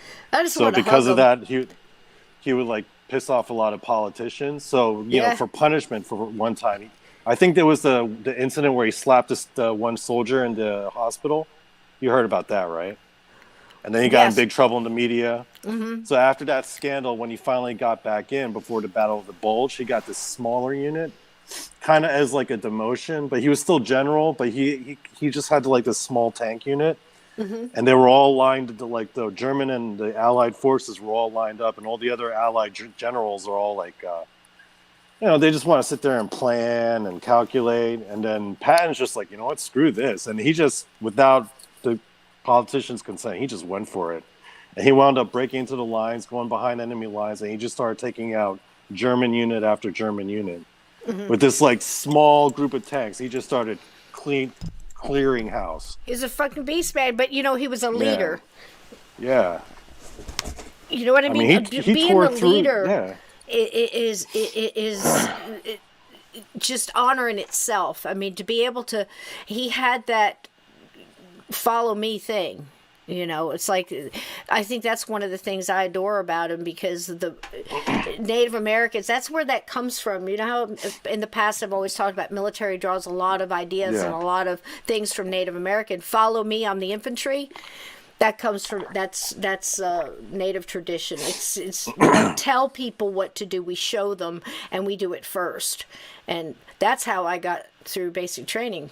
So just a side of fries with his Happy Meal. Go ahead, baby. So I listened to a lot of, you know, one podcast that I was like one of the biggest fans of. It was like one of the first podcasts I ever got into. Was Dan Carlin's Hardcore History. Oh, wow. And because of that, I got really into, so that actually activated my fandom for history, listening to him. And the way he describes Pattin. And Dan Carlin is not a spiritual or religious, like he doesn't talk about that at all, right? He's just history. Right. But even when he was talking about Pattin at one point, and he was talking about how he would talk so openly about reincarnation, right, and the stuff about destiny, even he would have to stop and wonder, like in the middle of a show, he's like, you know what, if you look at Pattin's story, you can't help but think, man, maybe reincarnation is real. Wow. Yeah. Yeah. And this is not coming from a paranormal person. This is coming from like a history guy. Mm-hmm. Even when other historians talk about Pattin and they talk about the reincarnation stuff and his poetry, even they all have to stop and think, man, maybe reincarnation is real. Yeah. And I mean, to have that, I mean, if you're thinking about it, I don't know how many people here have ever been on tactical bivouac. I would say camping, but it's really not the same thing. It's different when you're in a group and everything has to be so, and, you know, it's a little different. Everything has to be very tight on a tactical bivouac. And it's just... It's hard to explain trusting your leader and who you're following, and I think that was the huge thing with him. But he just stepped in. Can you imagine what he was like as a child? With all the stories we just heard about the children and the things, like look at the little girl who would just at 3 wanted to watch old black and white movies and dress like a movie star. Imagine what Pattin was like. I would have been in his neighborhood. Hey, Georgie. Hey, 5-year-old Georgie. What do you want to be when you grow up? He was like, I want to save the world from an evil force, single-handedly. Yeah. And that's what I'm going to do. Yeah, I'm going to grow up and kill whatever. There was a quote he had. I don't know it by heart, but it's wait a minute, I'll get it wrong, but I'll paraphrase. Forgive me, Chad, if I get it wrong, but he said the idea of being a soldier is not to die for your country. It's getting the other bastard to die for his. I mean, this is how he talked, and this is how... I can't imagine what romantic George Pattin was. You know, he was married, he had a loving wife, but you know what I mean? I've only seen him on battlefields and everything else. And there he is. He's sitting there in his tent. And instead of going over to relax, instead of going over plans, he had all that stuff down. He had all his maneuvers and stuff down. He's writing poetry. And it's about reincarnation. And I've done this before. It's almost like he's debriefing and pulling out his shadow warrior, much like I described how a lot of Native Americans did it in their process of going into war, pulling out that shadow person that now has to go in front of them. They have to become that person they don't necessarily want to be, but they have to do it to survive, or their family, or their village, or their war, whatever. Yeah. Same way with him. And I think this was one of his processes, almost the same as putting on war paint. And something that people don't realize about a lot of Native Americans, the process of that, like you see in some movies, like the one with Custer about Little Bighorn, or any of them like that. They're always showing the Native Americans off by themselves around a little fire, but not just putting on painting their face or camouflage, but cleaning themselves and the regalia and making sure everything is right. And it's like, why are they going into battle dressed like this? They're not going into battle dressed like this. That's not their war stuff. They're preparing themselves for to meet the Great Spirit, because they're going to die. Yeah. They want to go at their best to meet their Creator, because they're going to meet their ancestors and everything else. And if they're going to die, they're not going into battle they know they're going to die. They're preparing for it. And I think that's Pattin's way with this poetry, man. You have another poem of his, do you not? I do. And I think you said you wanted to. Do you feel like reading that? Is it very long? Yeah. It's real short. I know but the you wanted to backstory share. to this poem is Oh, pretty interesting. please do. I don't want to jump in your way. It's just I'm fascinated with this. So most of the people know about Through a Glass Darkly. That's the one that we just saw the video on. But he did another one of his poems. Can you hear me okay? Oh, there you go. Just kind of went out. You're okay. You're 5'5" now, okay. baby. You're 5'5" All right. now. So as the story goes, he used to make his daughters memorize poetry, and he would give them a certain amount of money for every word they memorized. Mm-hmm. Wow. So they get paid more. He would give them more money if they memorized longer poems. So one day during school, the teacher brought up his daughter to recite a poem, and she writes one of the poems that her dad wrote called "Mercenary Song," AD 1600. So this is basically the poem of one incarnation. All right. I am no callow Christian, no pus-paunched prelate.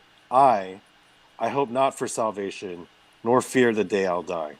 In wantonness of appetite, in women, wine, and war, in fire and blood and raping, in these my pleasures are. Like rape, like he meant rape, by the way. I love the smell of horse dung, the sight of corpse-strewn mud, the sound of steel and armor, the feeling of clotting blood. The women I have ravished, the infants I have slain, the priests and nuns I've roasted, they haunt me not again. Priests talk of soul salvation and shining lights afar, but give me a harlot's laughter and the battle flesh of war. Priests talk of soul's damnation, the white-hot pits of hell. I fear more wounds that fester and the gape and rot and smell. Then here's to blood and blasphemy, and here's to whores and drink.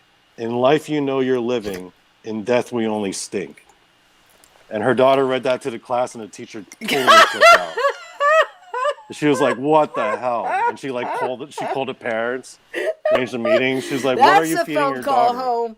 Yeah. I mean, damn. Woo! Oh my God. I mean, this guy was an intense dude. He was an intense dude, that's for sure. Oh, wait a second. What's going on? That's incredible, man. Can you imagine she got about, how old was she? I don't know, but she had to have been in grade school the way they described the incident. Y'all heard that, right, chat? Listen, gatekeepers. Yeah. I mean, she read that in her classroom. Oh my God. Yeah. And raping women. I'm like, come on, man. You're going to have your daughter read that kind of stuff? That's twisted as all get out. Oh my God. That ought to do it. I mean, that ought to stir up some stuff. Oh my God, I can't imagine if that happened now. I can't even imagine. I don't even know which way my mind if it happened would go. now, he would have just put her in front of Mr. Rogers or Sesame Street. I and don't just know. Walked away. Oh my God, that was amazing. Thank you for sharing that with the class. Oh my goodness. Oh God, that's funny. That was a funny story. Yeah, but again, you're thinking he's writing this stuff. And I think it is. It's very much like that's a man ready for war. I mean, the build up, the adrenaline, get the adrenaline pumping. I mean, man, because he definitely had no compunction whatsoever of, walking and there's so into many fucking hell, man. I mean, and there's so many anecdotes about like conversations he'd have with generals, where there was this one example where this one general was like, man, if you're alive in Napoleon's day, he would have given you a medal. And then Patton's response was, he already did. Yeah. Like, I already got one from him. But, and just not giving two shits about saying it. He's up front. He wouldn't give a damn. In your he didn't face. Care. Yeah, in your face. Care. Oh, man. Like, people would bring up Alexander the Great. He was like, oh, yeah, I can tell you what he was like. I was there with him. Here's your, your, wait a second, Donnie, your slide. You got slides. Hold on. Yeah. Maybe. If I can technically. Okay, wait a second. Bear with me, chat. Okay, so here we come back here. Now, this is him. Do you know anything about the one you sent the uniform? Is this like, did he go to West Point? He wasn't a West Point. So he barely got in. He had to go to Virginia.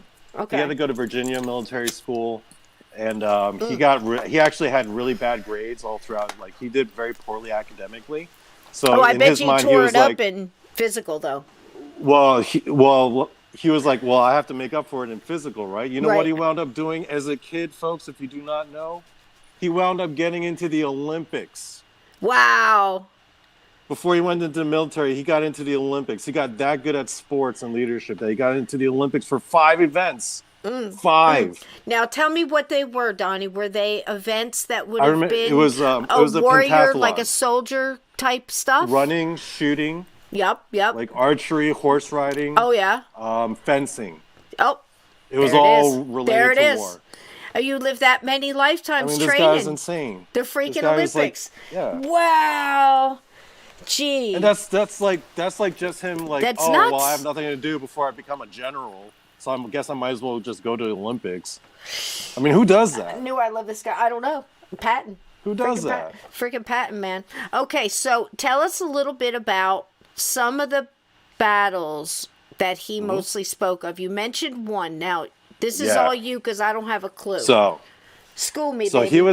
there was that line when he was mentioning how he had all these Parthian arrows in his neck. Yeah. Ooh, and he got to stab that one last dude. Yeah, he was talking about how he looked in the face. At the smiling. Is that what you're talking about? When he stabbed. Yeah. Okay, go ahead. So wait, I'll just read that one part again. Please do. This is awesome. So much fun. I mean, really, man, you fought a mammoth? Really? Yeah. You know, who am I to say? I'm not telling Pattin he's lying. Okay, so once again, I feel the anguish of that. Wait, hold on. Let me skip to the previous one. Still more clearly as a Roman, can I see the legion close as our third rank moved in forward, and the short sword found our foes, because that's how they fought, was with short swords, which was interesting because every other army all fought with spears.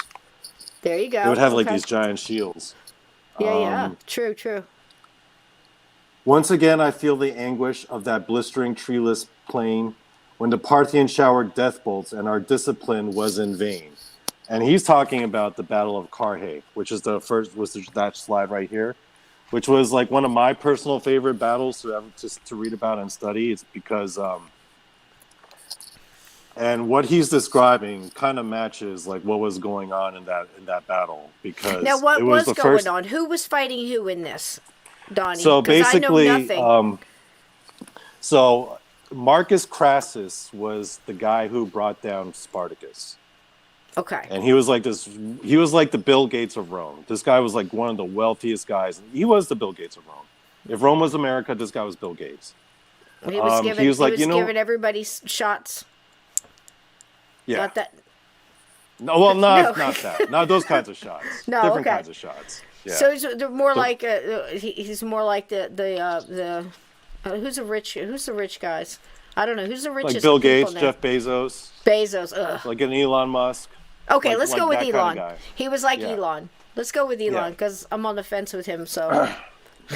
But back then, if you had that kind of FU money, as they say, you could just buy your own army, and they're loyal to you. And now you're in command of your own army. And what So year? he basically, What year is this, baby? I'd say about a few decades before Christ was born. Okay. All right. Yeah, this is right there. Okay.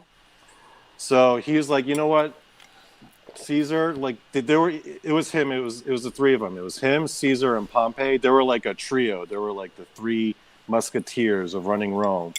And Caesar and Pompey, they were off fighting their wars, right? And then Crassus was like, yo, I want some of that glory too. Why can't I have that glory? I got my own army. Let's do this. Hey, let's go east where all those weird Asian people are. They got this one kingdom that's controlling the Silk Road. Weird Asians. We want to take control of the trade routes. Why should they monopolize all the trade with China? You know what? Let's take it. Take it. So he marches in to take it, and there's a couple problems. First of all, he has to march into the desert. With all that heavy armor on in the desert, doesn't mix so well. That's tough tracking, man. It is. It's tough tracking. Yeah. Are they on camels or I see horses here? Are they? Were they basically? Did they bring horses to the desert because they lost already? So the reason why this battle was so interesting for me was because if you were ever curious what it would look like if the Roman legion went up against the Mongolian horde, this is probably the best idea of what it would look like, because they were horse archers, right? Right. And they would bring in these camels, and the camel's job was just to carry extras sacks of arrows. Okay. Yeah. So they would just shooting hang a lot back. of arrows. Yeah. So you have they to have a lot.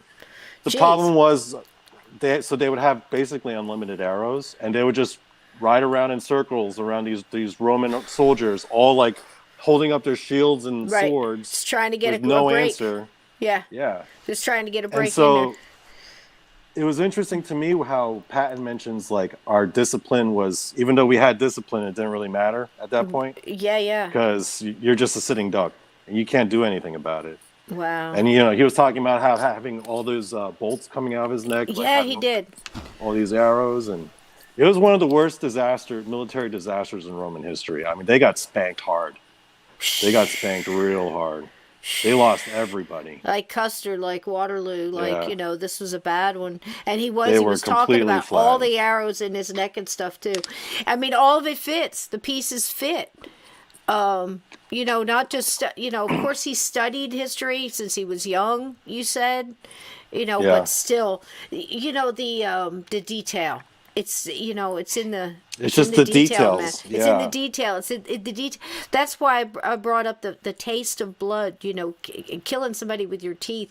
I mean, it resonated with me because when I was up in Gettysburg during that one battle, that was the battle where I was standing on that field trying to cross these guys. The guys I was talking to was a mixture of the ones they had let out of prison to fight because they were out of people, just open to prison, just pick a side. And they had run out of weapons. And I mean, they were picking up whatever they could to fight each other, and they're fighting with their teeth. One of these guys were telling me. And so that resonated with that poem. I'm like, this is a man who's been in battle. This is a man who has war, who has been in war. There's nothing and some like of the craziest wars too, right? Like some of the craziest battles. Absolutely. And this next one, do you want to talk in the next one, or did you have more on this one? Because the next one is actually this one. the only little nuggets, side piece of information I wanted to add that I always thought was kind of interesting. Yeah. There have been rumors in China, like all throughout Chinese history, that there was a handful of survivors from that battle that actually kept going east and wound up settling in a Western Chinese village. And one of the things that historians are very interested is, in this village, a lot of them have very like Caucasian features. So people are like really intrigued. Did some of those soldiers from that Roman regiment make it into China? So that was the only thing that was like a little interesting tidbit of history that came from that particular battle. But yeah, we can keep going. A lot of people in the chat are saying stuff about the history. How come we haven't learned this in? Chris Jarvis here is saying American school history books have 3 pages on the First Nations and 2 on slavery.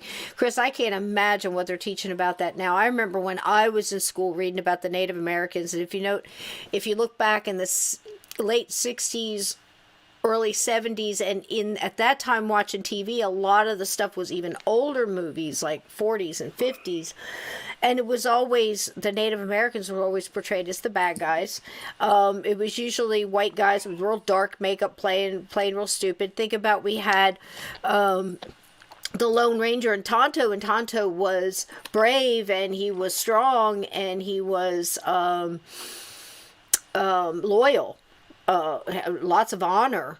However, he was submissive, really submissive to Lone Ranger, really. You know what I mean? And the way they portrayed him, like Tonto this and everything was just crazy back then.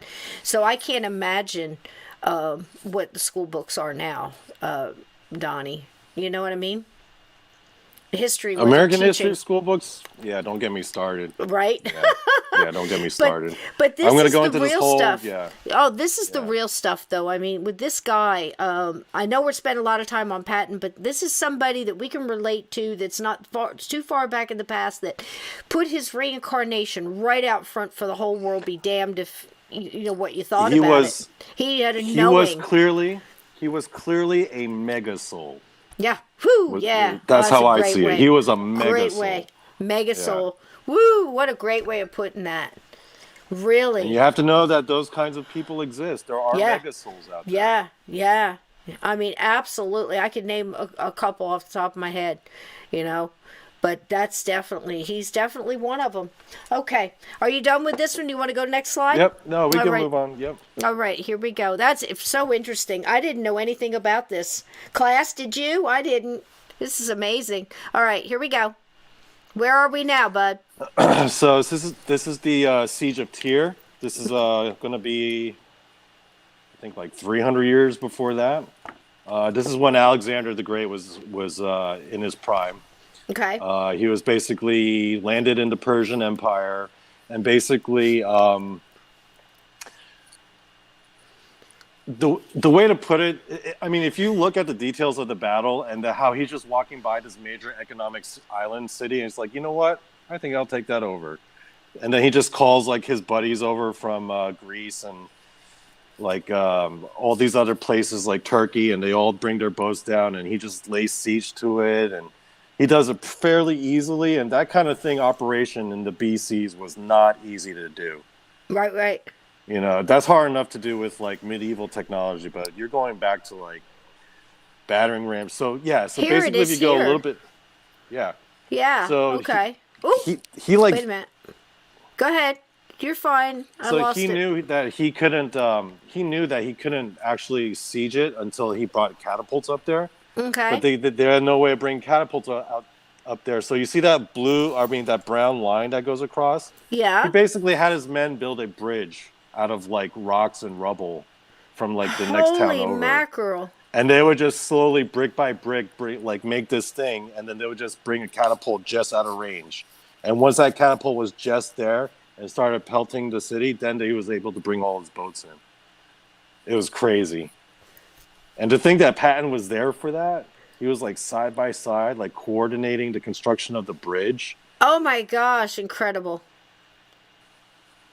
That is so incredible. Are you still there? Yeah, so if you're wondering about the geography, just north of that coastline is where Jerusalem is. Okay. Yeah, and then if you go further south on that coastline, you'll start hitting Egypt. Wow. And but here man, it is that's you gotta, people don't understand how crazy Alexander the Great and all that stuff that went on back then was. Right. I mean, if you think 300 was crazy, damn. Now, when Pattin was in the movie Pattin, in the clip that we saw, when he was walking through the ruins there, where was he then? What battle was he speaking of then? I believe he was talking about Carthage, because I think that took place in North Africa, which is where Carthage was. And that was during the Punic Wars. That was, I would say that was about 150 years before that. That's like the whole deal with Hannibal, if you've heard of that guy, the guy with the elephants. He was from that location. Right. Yeah. Well, he wasn't, his dad was from that location, technically. Even throughout that poem, too, he was talking about Alexander the Great, and he was talking about, and it seemed like he remembered the different ways he died, too. you know. Yeah. I think that one of the reasons, and I know, chat, we've talked about this before. Salvador Soto was saying, wow, what a history lesson we got tonight. And I think Nightmare said that he came into class high AF, and I understand completely. With this storm coming through, I'm getting a little used to my stuff. I don't get knocked on my butt, but I'll tell you what, it still packs a little kick. But I think the reason Donnie and I talked about this earlier, that we both have experience in this a little bit. I'm going to speak for myself now and say I don't know Donnie's experience, so I'm speaking for myself now. I have memories of basically it's just like it says here. The way he described it, and I think that's why Pattin always hit me early. Like him, I was reading World War II. These were the things I was drawn to: World War II, Civil War, anything I could get my hands on. I was reading Civil War journals that were like, Miss Annie Mae from, Savannah's journal that she wrote the whole time during the war and the occupation and all that stuff. I was reading that stuff like when I was 11. I was reading Vietnam novels. I'd only read the ones that sergeants and below wrote for some reason when I was 8. I was reading I can remember World War II, extremely drawn to that. I can remember just devouring them around the time I was about 11. Just certain things, Battle of the Bulge, D-Day, all that kind of stuff. As a teenager, my favorite movie, probably before Star Wars, even probably when Star Wars came out, and it still overrode that, was The Longest Day. So I couldn't explain it. But the thing I remember the most is walking out to my mom and telling her over and over again a dream I would have of having my hands looking down and my hands not being my hands, being a man's hands, and they're covered in blood. And sometimes the dream would go even more, where I'm trying to step through mud, but it's red and I know it's dirt mixed with blood, and I'm stepping on bodies to keep from having my foot go down into it, because it's harder for me to pull, of course, my foot out and get momentum to go into the next thing. I can remember my hand, looking at it like I'm looking at my hand now with swords, and I'm stabbing the person in the chest, and how hard it was. I can remember telling my mom, if you can imagine how she didn't die, faint away in the kitchen when I'm, taking my toast and she's asking me what kind of jelly I want. And I say something like, did you know it's harder to take a knife out than it is to put it in somebody? What? You know what I mean?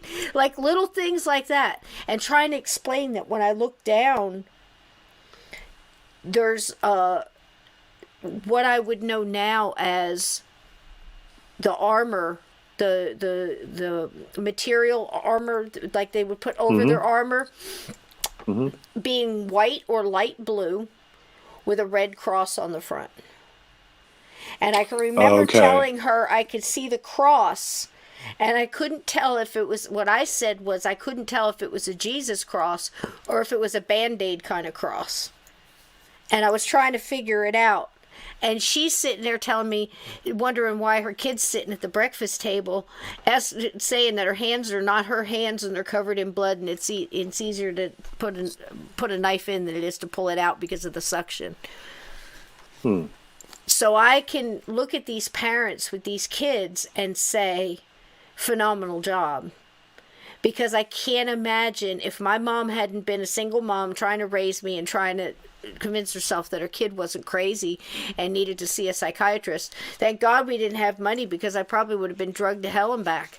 Because I think being poor might have saved me, Donnie, because we couldn't afford to go to a doctor and go have everything checked out. You straighten your ass out. You straighten your ass out and you went to fucking school. But this line right here was the one that grabbed me, because when he said, through a glass darkly, as a kid, you would think, I'm looking through an orange juice glass, or I'm looking through you know what I mean, a glass, a milk glass, or, something you drink Kool-Aid out of as a kid.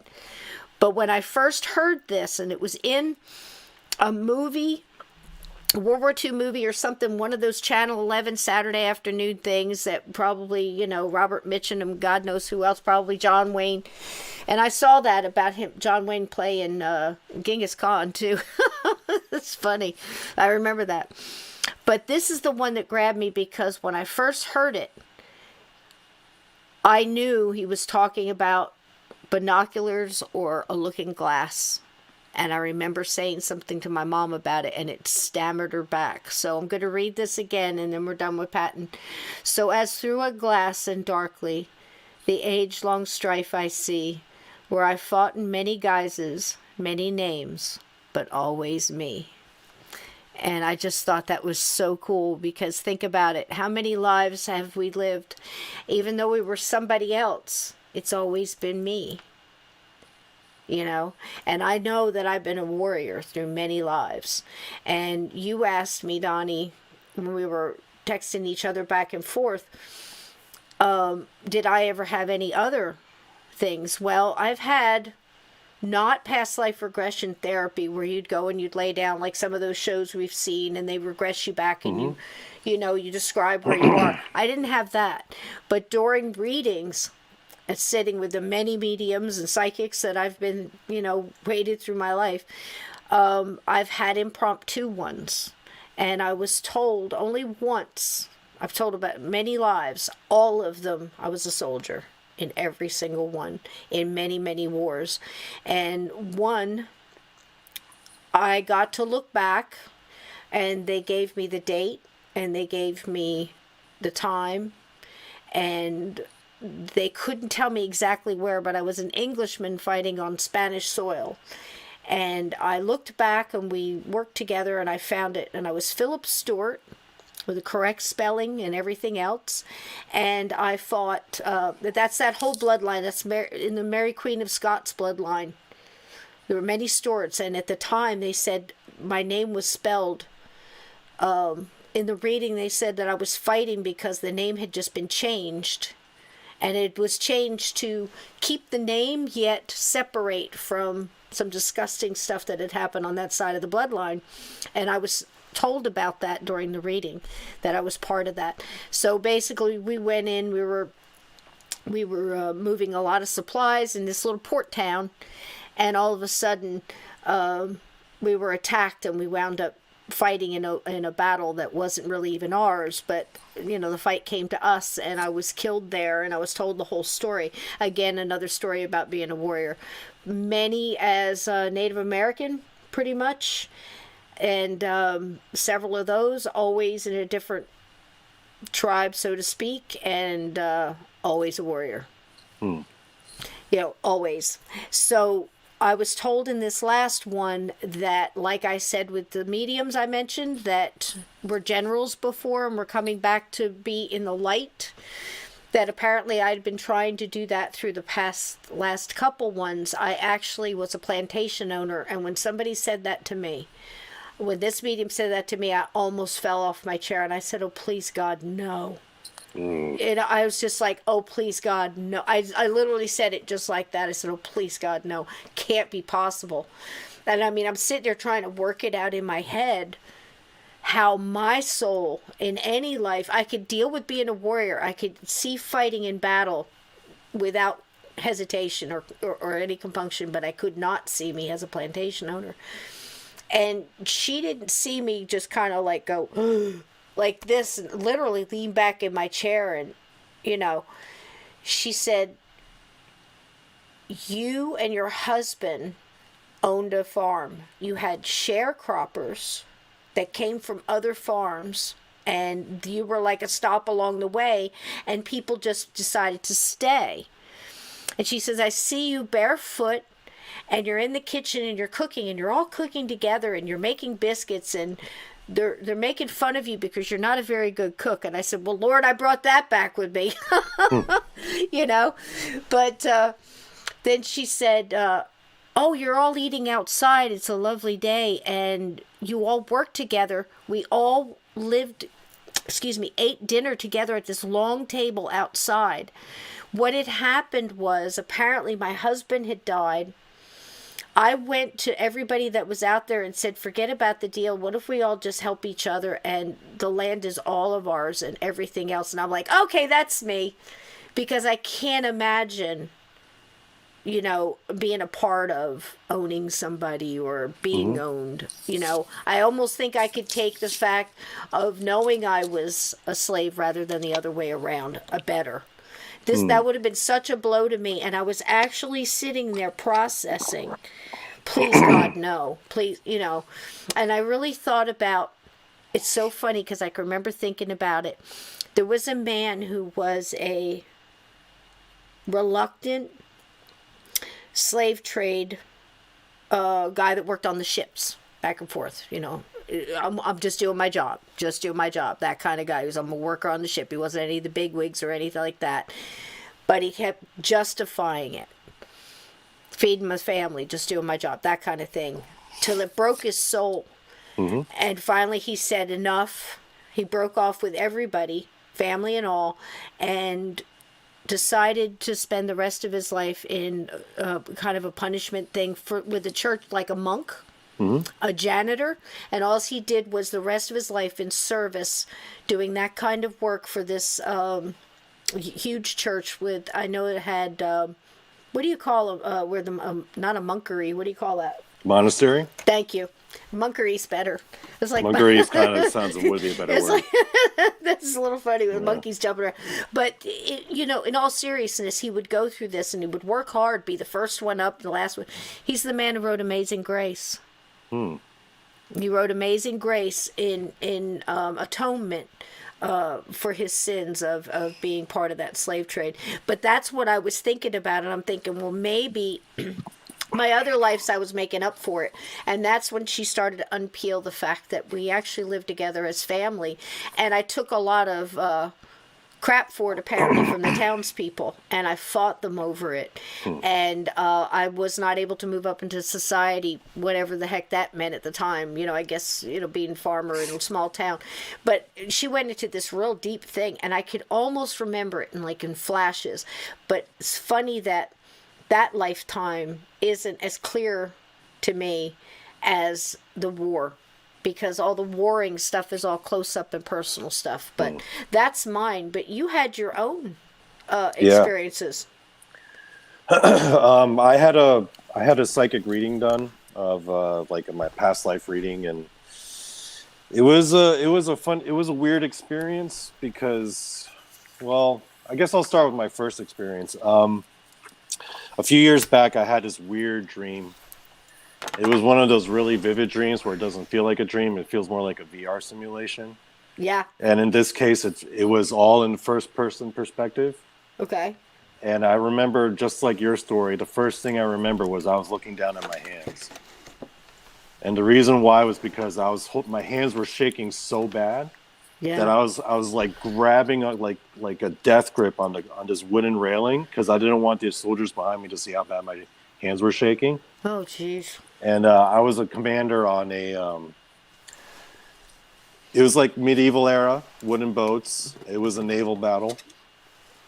And this was over in Asia.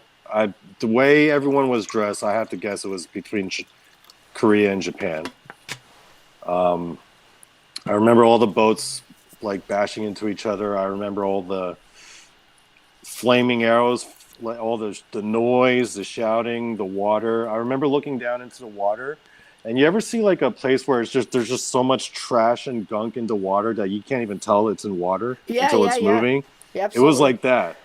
I remember just seeing like bodies and gore and debris just fill everything up. And I just remember this sense of vertigo because my entire boat capsizes.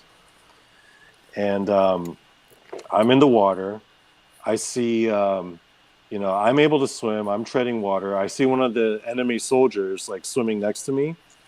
And I remember grabbing him and like just dragging him down, swimming down and like holding him down to try to drown him, right? Mm-hmm. And I remember looking in this guy's face, this random dude from another country. I don't even know his language. I'm just looking at him. I'm like, what am I doing? So I kind of drag him back up, put him on we both land on a piece of debris, right? And then he kind of looks at me, and I can tell what he's thinking. He's like, why'd you do that? And I just kind of look at him, and I'm like, I don't know why I just did that. Yeah. Swim to shore, right? It wasn't that far from the beach. And I remember from that point on, I get onto the beach. I pick up a spear and a shield. I see everyone fighting. It's mayhem, right? There's people all over, their side, my side. I'm screaming orders to try to form up. I gather a couple guys to get into formation. All of a sudden, I remember a spear going straight through the middle of my chest. Holy shit, Donnie. I remember it goes through my sternum, right? I remember looking down and like looking at the shaft, and then the guy just keeps pushing it and pushing it until it hits my spine. And then once it hits my spine, I feel like this electric buzz, and then that's it. And lights out. Lights out. As soon as it hit my spine, I remember that buzz feeling. Wow. Now, do you think if you regress, you could go beyond that? Like what comes after the lights out, Do you ever have any dreams like the after part of it? It's honestly, it would almost be hard to put those two things together. You know honestly, what I mean? I don't think we're supposed to know. I don't. It's like a blank for me. Yeah. Just, But again, I just have, those memories. I mean, I've got flashes of other stuff, but the memories of, looking down at your hands. And have you ever had any experience where, like in that one, were you? Do you feel like you looked like you, or do you feel like you had another body, like bigger or smaller? Or? I felt like it wasn't. Honestly, it felt like it wasn't me. It was like I was watching something through another person's eyes. Wow. Yeah. Like I was a spectator in behind his eyeballs. Yeah. Yeah. And I could feel the emotions, but it wasn't. It didn't feel like me. Yeah, I can remember the sheer. Just being methodical, it's like you're looking around, you're in battle, and your periph is just incredible, and you're looking, but you're seeing what's going on. It's almost like in those really good scenes in movies like Gettysburg or just off the top of my head, A Patriot.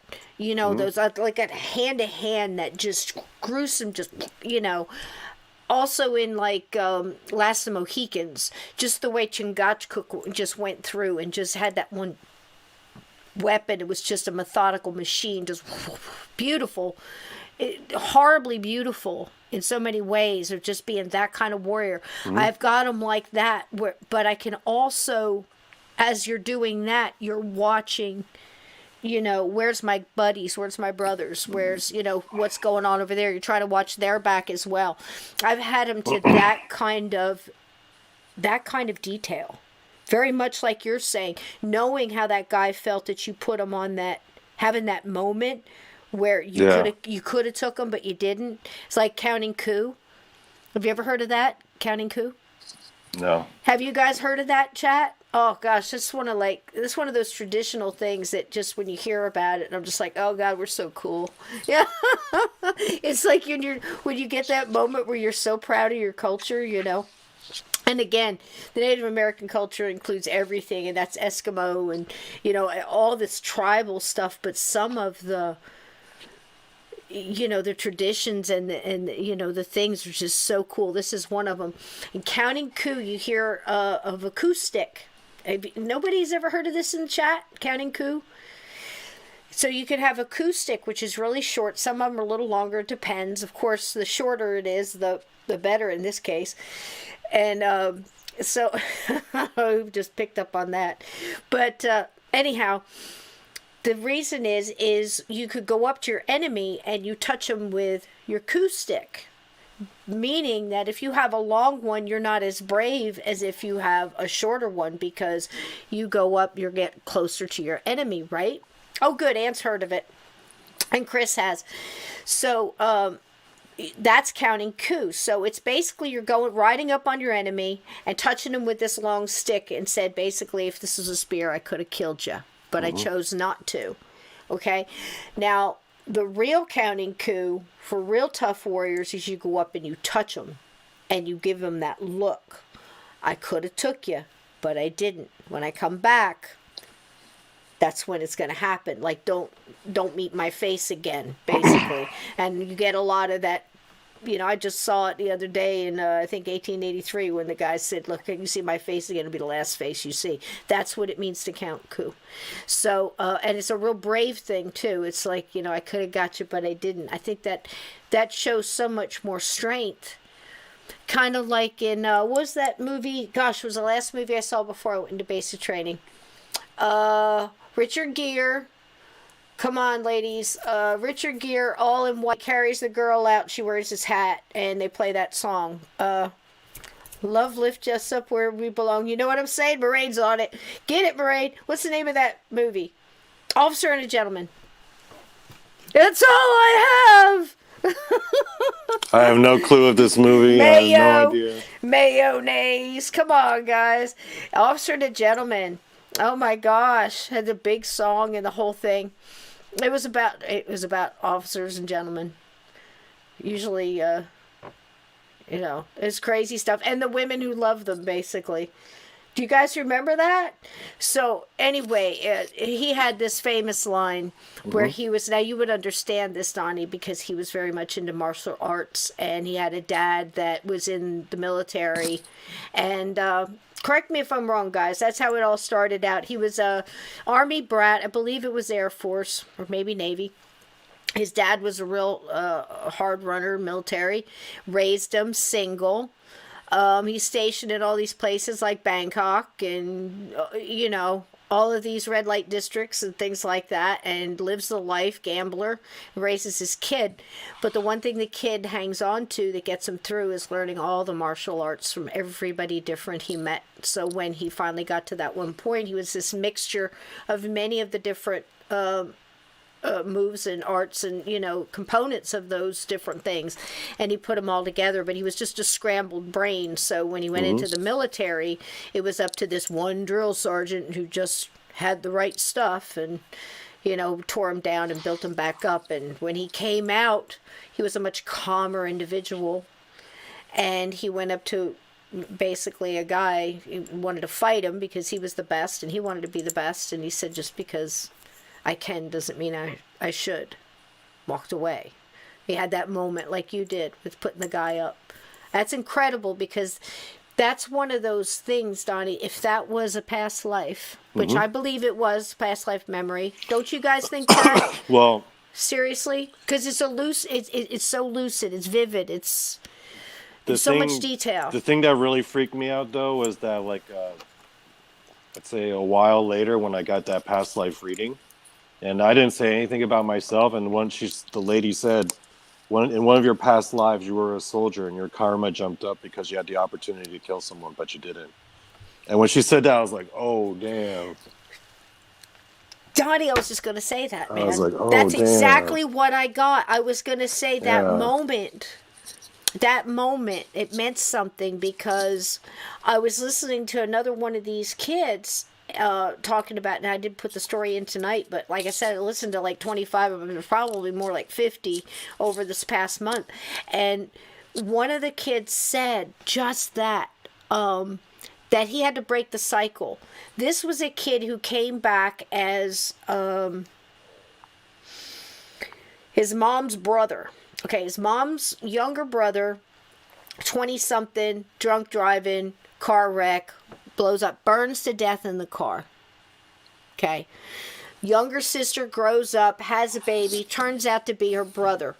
Winds up calling her a nickname off the cuff. It's not like, you know, something like Sue for Susan. It was like weird, you know, had nothing to do with her name.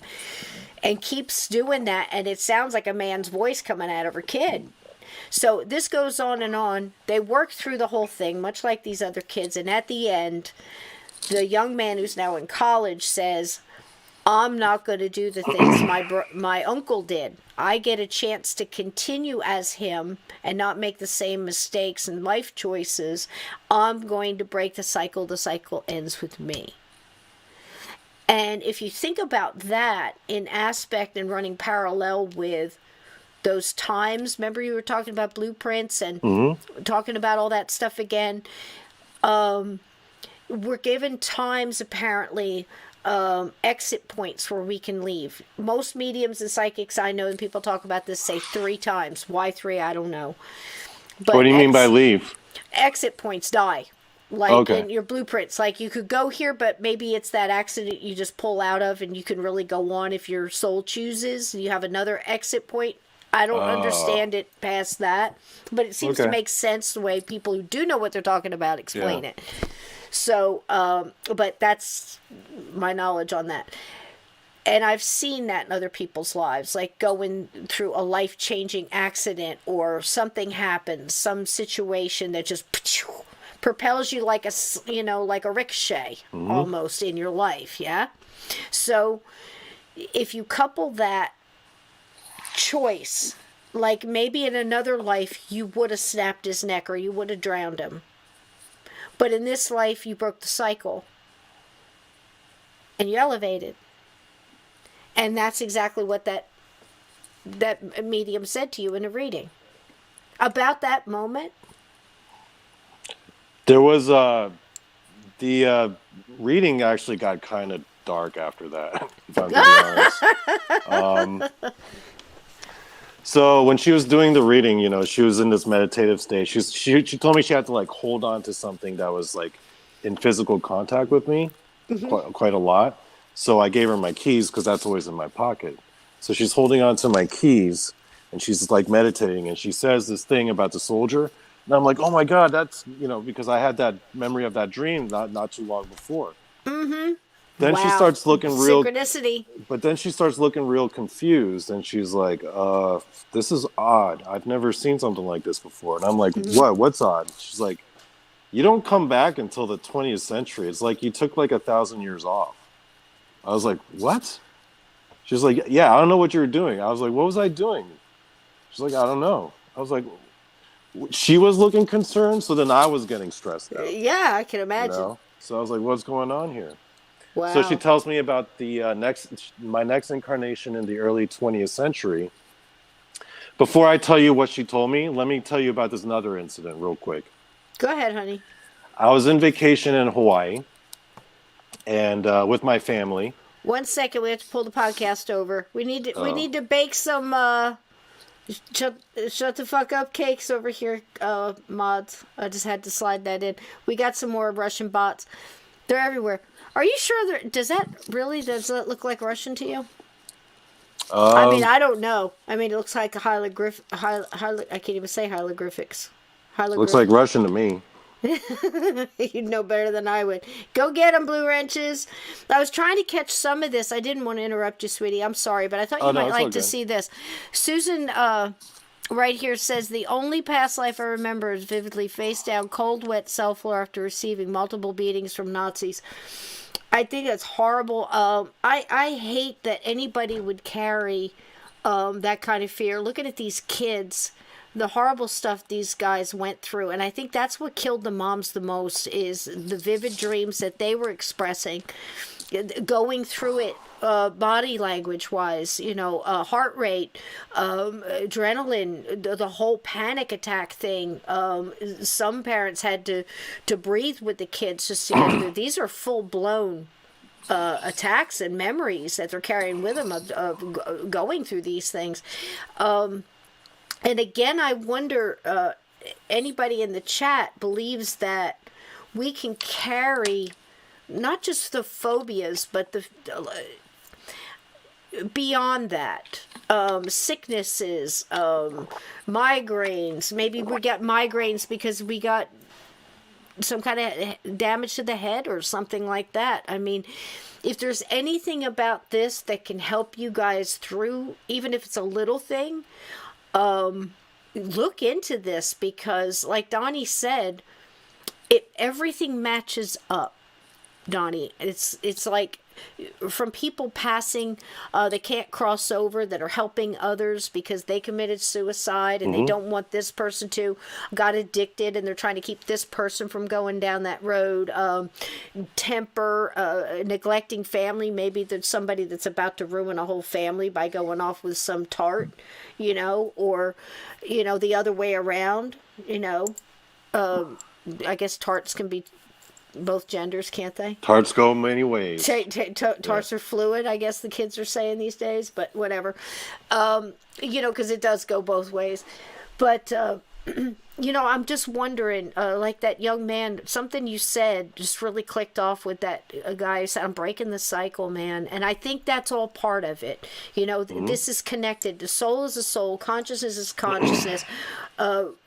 Raising that consciousness and do the things that we can do to do that. Gosh, if we could we can't get all the answers, but if we can have a couple little keys, a couple little, you know, gimmies or atta-girls or whatever you want to call them, just like give us a couple of crumbs. This is it. If we stop like I know right now there's a lot of fighting going on apparently in the Bigfoot community with something going on with, I don't know, some kind of crazy mess. But I'm always hearing from people that are in these like real tight groups that when you go to these cons and stuff, the Bigfoot people don't want to talk about UFOs, and UFOs don't want to talk about this, and this cryptids over here don't want to talk. I don't get it because, again, in paranormal investigation groups, the same thing. Everybody's got their agenda, and agenda is not a bad word. You have what interests you, what you're good at, what you want to do, what you want to accomplish, and you know why you want to do it. Plain and simple. You know, I go in, I don't care. Honestly, I'm going to tell you the truth. I don't give a rat's ass about the evidence. It's cool if we get evidence. It's really, really cool if somebody gets evidence that matches up with this evidence that tells the story and helps us tell the story and help us unravel it. But if I'm going in there with good mediums and say, look, I'm seeing a little boy over there, you know, they're telling me they think it's a little boy. What do you see? And I'm like, yeah, he's manifesting that way, but it's not. It's something darker. And everybody gets their, you know, their sensitives, their gifts involved in there, and you find out that this thing isn't a little boy. It's really something a lot stronger and a lot more negative that's portraying that. You can't get that on a recorder. It takes all of it. It takes all of it. When we realize that it takes all of it, just like it takes the people. Now, bear with me here for a minute. People, we keep talking about how, you know, I don't like this one because this one's this or this was that. It takes all of us, like 6 degrees of separation. We are all connected, right? And it's just like in nature. You look at nature. You know, ants are a pain in the ass, but, you know, they have this purpose. And then the next thing that supports their life off of that has their purpose, and all the way up the food chain. And then it starts to spread out. But even the highest thing on the food chain can be taken out by a microorganism like that. So there's no importance, really. There's just things that think they're more important. Does that make sense? And in the paranormal, supernatural, and everything else is the same thing. We keep putting ourselves in these boxes. It's like somebody saying, you know, we started this talking about Buddhism. And I'm thinking, what a beautiful culture, what a beautiful spiritual road that is. There's so much to learn and appreciate by walking down with somebody like we do in these shows. Walking, taking the journey and walking the path. And we're walking through these great gates here and walking down this journey. I don't know where we're going. I'm walking with my guests. They're telling me. And we need to do the same thing with spiritual cultures and stuff. And if something doesn't resonate with you, doesn't resonate with you. But I think we can learn, pick up wisdom from everywhere. And if you think about what Donnie was just saying and what Pattin was saying, if you shut all that off, you're missing a huge piece of the puzzle because it's all connected. You know, with how our spirit goes through and how our essence, our soul travels through this universe and then goes back again, apparently by free will. We don't even have to do it. We can chill and say we're good. You know, apparently we can chill and say we're good, and then we change our mind and go, you know, I'm going back around again. You know, You know, this child that said there was windows in heaven that you can look through. I watched you grow up and I picked you as my mom. And this kid wasn't even, you know, from where he traced back to the last life, it wasn't even a very long time. Some of them were 4 years, like this, just right through it. Some of them was 104 years. Yeah. Uncommon Belief says, I'm still trying to figure out the reason for mosquitoes and ticks. Me too, Uncommon. But I'll tell you, there's a reason, you know. There's a reason. It all interweaves from the plants and the carbon monoxide to how we breathe, the whole shooting match, man. You know, and I think it would be a dull world if we were all the same. We all have to be different because we all have these qualities. In the same way, I think with paranormal investigation groups, and I think if we all got together in a big room and just shared, you know, what we got, or we could put everything in this big database, kind of like when we have the fingerprint database or the DMV database, we look up a license plate and put it in and go, you know, I saw this at this house, you know, this is what I got. And wouldn't it be wild if 20 different people got the same type thing, or half the sentence and the rest got the, you know, the rest that matched up or something? We'd be so much further. And when we get into these situations or podcasts or go to conventions, and it seems like all the walls go back up, you know, and I think that happens with a lot of groups. Gosh, you know what I mean? And we're blocking the pieces we do have, and we don't have that many. So if we open our minds and think reincarnation could be possible, what can we learn from that? What did these kids learn from that? They gleaned what they could. They said goodbye in their own ways, and they went on with this life. And in some ways, most of them carried lessons they had learned from what the last one went through. It was precious enough to have that memory, but what if our own bodies and our own souls and our dreams and our memories and our phobias and our aches and pains and other things are trying to tell us the same thing it was trying to tell these kids? It seems like you get further and further away the less we remember. I wonder if it starts going the other way again, Donnie. Everything seems to go in circles. What if toward the end of our life we start to remember as well? They do say that people towards the end of their lives start becoming more and more sensitive, like right before death, like in their elderly years. You become more psychically in tune, just as you were as a young child. So maybe there's something to that. I don't know. It's interesting to think about. Now, what do you think, mentioning blueprints? I didn't cut you off, did I? We finished the slides and all that stuff. I didn't make sure you got to say everything you wanted to say. No, okay. I'm good. Yeah, we're good. We have this next one. This is the town. Okay, yes. Where do you want to go next? Go ahead, say what you want. Is that what you were going to remind me of? Yeah, that's exactly what I was going to remind you of. Excellent. Okay. Yeah. So in the beginning, right, Donnie and I were talking about the blueprints. And we've talked about soul groups. And I loved how Carol, the lady that was on a couple weeks ago, I just met her.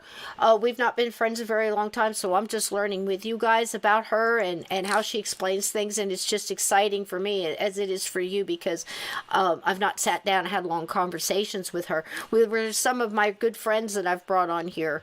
These are people that I've vetted throughout my life, all these years. Donnie says it's like what'd you call it, the Justice League? Spiritual Justice League.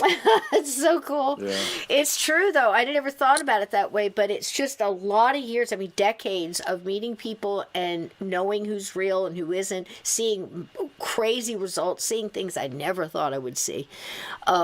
Miraculous, beautiful things. I think we've all really understand where I'm coming from when I say that, because everybody in here is a light worker or interested in this and doing your part, involved in the paranormal, supernatural mysteries. You wouldn't be here, right?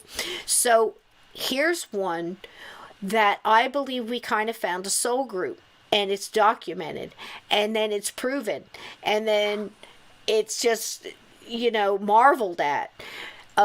And it's also a connection with a show. If you have not seen this show, This is one of the shows I was talking about in the beginning of the episode, where one of the older shows that I really think needs another go around because there's so much to learn.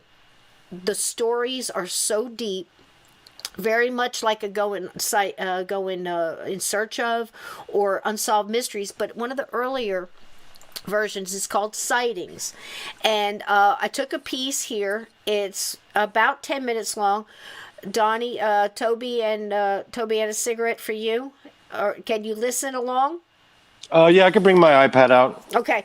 Actually. It's about 10 minutes. I urge you to listen and watch this. I left the whole thing in because I didn't want to cut it up or anything else, and I think we might be safe here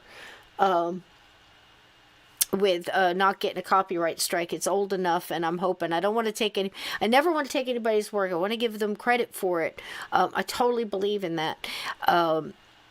But some of these things, they should be shared. Very much like the Telly Savalas ghost story. You just can't beat a ghost story like that.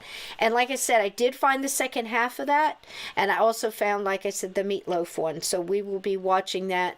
Maybe not this Monday Madness, because I believe tomorrow we have Eric. And it's going to be Tennessee Hauntings in Tennessee. And so Steve and Eric are going to go at it. Two good old boys there with their topping each other's tails. Maybe I should have found a better way of saying that. Don't twist that around. You know what I mean. So they're going to be swapping stories. And that'll be fun. So it'll be the week after that. And I think we're also working on a gathering of Gatekeepers Resurrected Renderings. It's going to be a really good one. And that'll probably be next week too. But this one is, like I said, Sightings. And I think you're going to enjoy it. This, my friends, is an entire town. You have to forgive it because it's like early 80s, maybe late 70s, early 80s, the TV show. Maybe I'm dating it a little too much, but anyway, the style that they did it, I like it. It's very nostalgic to me, and it's just cool as all get out. I think you're going to enjoy it. Whole damn town of reincarnated people that were reincarnated together in more than one life. Here we go. I hope you enjoy it. Oh, sorry guys, hold on. That's the wrong one. Doggone it. Oh, shit, I'm throwing up.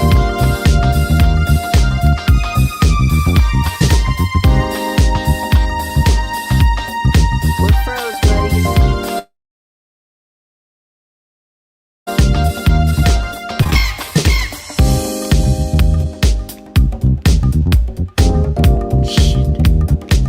Can you guys hear me?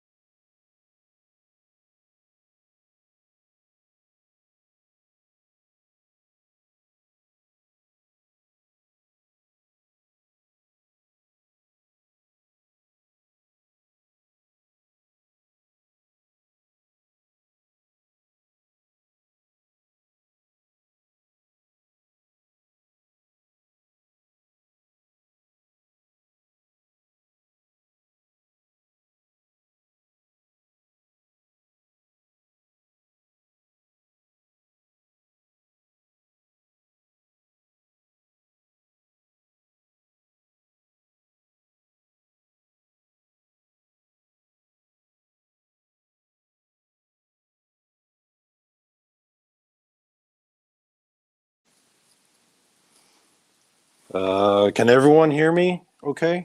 Am I the only man left standing? Oh yeah, you guys can hear me.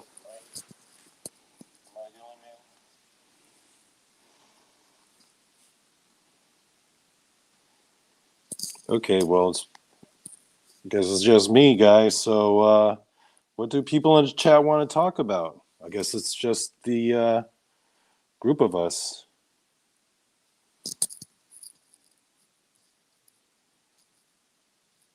so I guess now that I have the floor, what can I talk about? I was actually very disappointed about the results of the Royal Rumble. Brock Lesnar coming back, that was so expected, seriously. And I knew Ronda Rousey was going to come back, and I knew she was going to win the Royal Rumble, duh. But, you wanted me to talk about past lives. Okay. Yes, I'm tracking you, Sys-Cho. I was just sitting here talking about wrestling. I don't think anyone here is interested.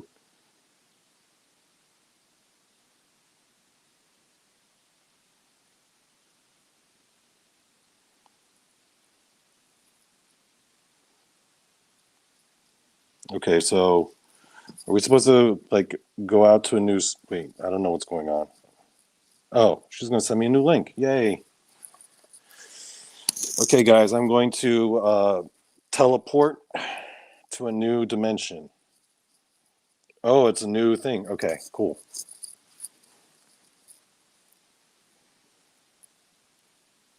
Oh, Sys-Cho, can you cut out the part when I talk about pro wrestling? I don't want that on the replay. Oh, God.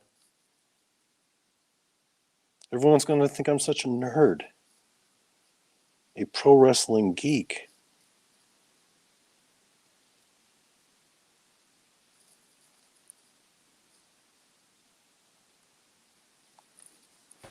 Can you hear me now?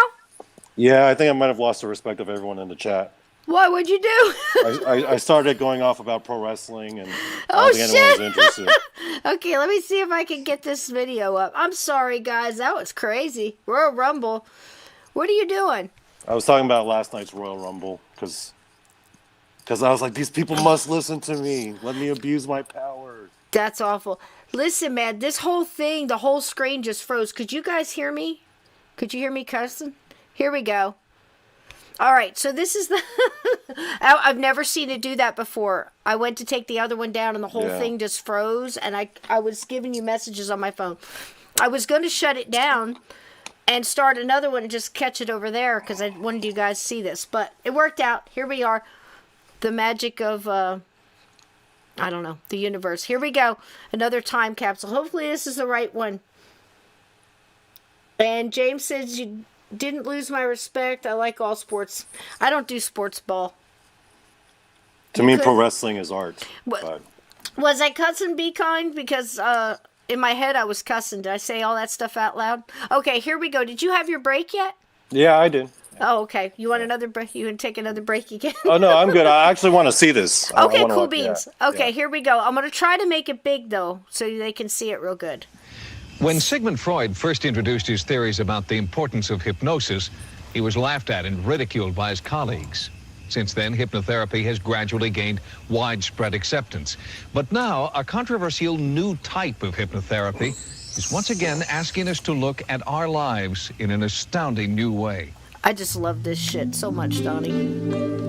It's so nostalgic, but they do so good. It's the serious study of past life therapy. Even traditional doctors are starting to wonder if hypnotized patients can really recall that they have lived before in a different body. I got involved at first with past life therapy as a seemingly spontaneous or accidental thing. I was chairman of psychiatry, very much academically trained and left-brained. Dr. Brian Weiss is a respected psychiatrist and author of 2 books on past life therapy. No medical organization has come out really and endorsed this. Oftentimes they'll come up to me and say, I've had this marvelous experience, or my patient has, but don't tell anyone. I get that a lot. One startling new case has doctors and hypnotherapists re-examining their beliefs. It all started in the small town of Lake Elsinore, California. Here, under hypnosis, more than 30 people all recalled that they had lived and died together more than 100 years ago. Under the guidance of Marge Reeder, a hypnotherapist for 16 years, Maureen Williamson was the first to speak of this shared past life. There was an incident that happened to me when I was real young, and I was interested in the details. It started initially with a name, and the name I had come up with was John Ashford. She said, oh, he's my husband. Well, that was not her husband's name. And I said, well, where are we? Well, we're in Millboro. In Marge Reeder's practice, it's not unusual for someone to recall a past life, but what happened next startled the hypnosis community. So then she looked at me and she said, I saw Joe back there. And I said, Joe who? She says, Joe Nazarowski. He owned a security office down here on Main Street. Joe Nazarowski came to see Marge Reeder and without prompting told stories that were strikingly similar. During the Civil War time, I went to Millboro, and my primary function there was that in the event that the war were to go badly for the Confederacy, to blow up the tunnel so that they could not use those materials against our military. Marge probed deeper with Maureen, and she recalled that even more people from Lake Elsinore could have had a history in Millboro, Virginia. And then she said, I saw Millie back there. Barbara Roberts was sitting in the room, and Barbara wrote me a note and said, ask her if I'm there. And I said, is Barbara Roberts back there in Virginia? She says, yes, she's my mother-in-law. She's John's mother. And from there on out, it just snowballed. Maureen, who was the first to speak of Millboro, brought her husband in to see Marge. Under hypnosis, he recalled that he had been Maureen's lover in Millboro. Marge and I have found out, under regressions, is that I am still in love with the lady, and I always have been for 130 years. The Civil War, for example, is a very popular period. A lot of people have been there. I have people finding their own grave sites. They find their names. They know their way around, and they've never been in that area before. So this is extremely possible, probable, and I applaud this research. This is the type of thing that more people should have the courage to do. Marge Reeder has documented the first case of mass regression in her book, Mission to Millboro. As amazing as these stories are, skeptics argue that Marge was somehow influencing her patients unconsciously. So we decided to go on our own mission to Millboro for evidence of this shared past life. Our first step was to search for a boarding house, which almost everyone had spoken of under regression. And we found it. My boarding house didn't have that much to do with the Civil War because I had the regular boarders, and I fed a lot of people, and I baked a lot of bread. Under regression, nearly everyone recalled a graveyard where Maureen, as Becky Ashford, was buried. Just outside of town, we found a family plot. I had been told by several people Becky's grave is about 1.5 miles outside of town. The graves are untended, the grass is high. Joe told me all along it's in an enclosure. There's a little iron gate fence, and that's just what we found. Joe Nazarowski recalled that his name in 1861 was Charlie Patterson, a West Point graduate. A trip to the West Point archives uncovered this photograph taken in 1861. The cadet here is Charlie Patterson of Millboro, Virginia. Joe also recalled a tunnel that he was supposed to blow up during the Civil War. We found the tunnel, and even these holes where he could have placed dynamite charges. So we're going to place the dynamite to make sure that if the Yankees came through, that it would take the tunnel out. They couldn't get the supplies. Before their regression, none of the people in Lake Elsinore had been to Millboro, but it's possible that they could have seen pictures or heard stories about the area. However, one place we discovered was unknown to even lifetime residents of Millboro, totally unknown to everyone but one of Marge's clients. It was a secret room used to hide slaves. The room was supposedly hidden underground near a church. Marge pinpointed its location using old maps and began to dig. We're in the middle of downtown Millboro. I have reason to think that there's an underground railroad hidden tunnel and room down here. And I heard about it just a few months ago from one of the newer girls in my Millboro study. After hours of digging, Marge broke through and found the secret room. You can see the room very clearly. You can see the green walls, green concrete walls as they were described to me. The plank ceiling, sod floor, and Civil War-era paraphernalia provided further evidence that this room may have been the secret room revealed under regression. This discovery is an important step forward in the search for proof that the mass regression is more than just the power of suggestion or coincidence. In my practice as a psychiatrist, doing past life regression work, I focus primarily on therapy, on healing. The other level, which Marge is doing, is extremely important also. It's proof that this is real. Thanks for joining us. For Sightings, I'm Tim White. Good night.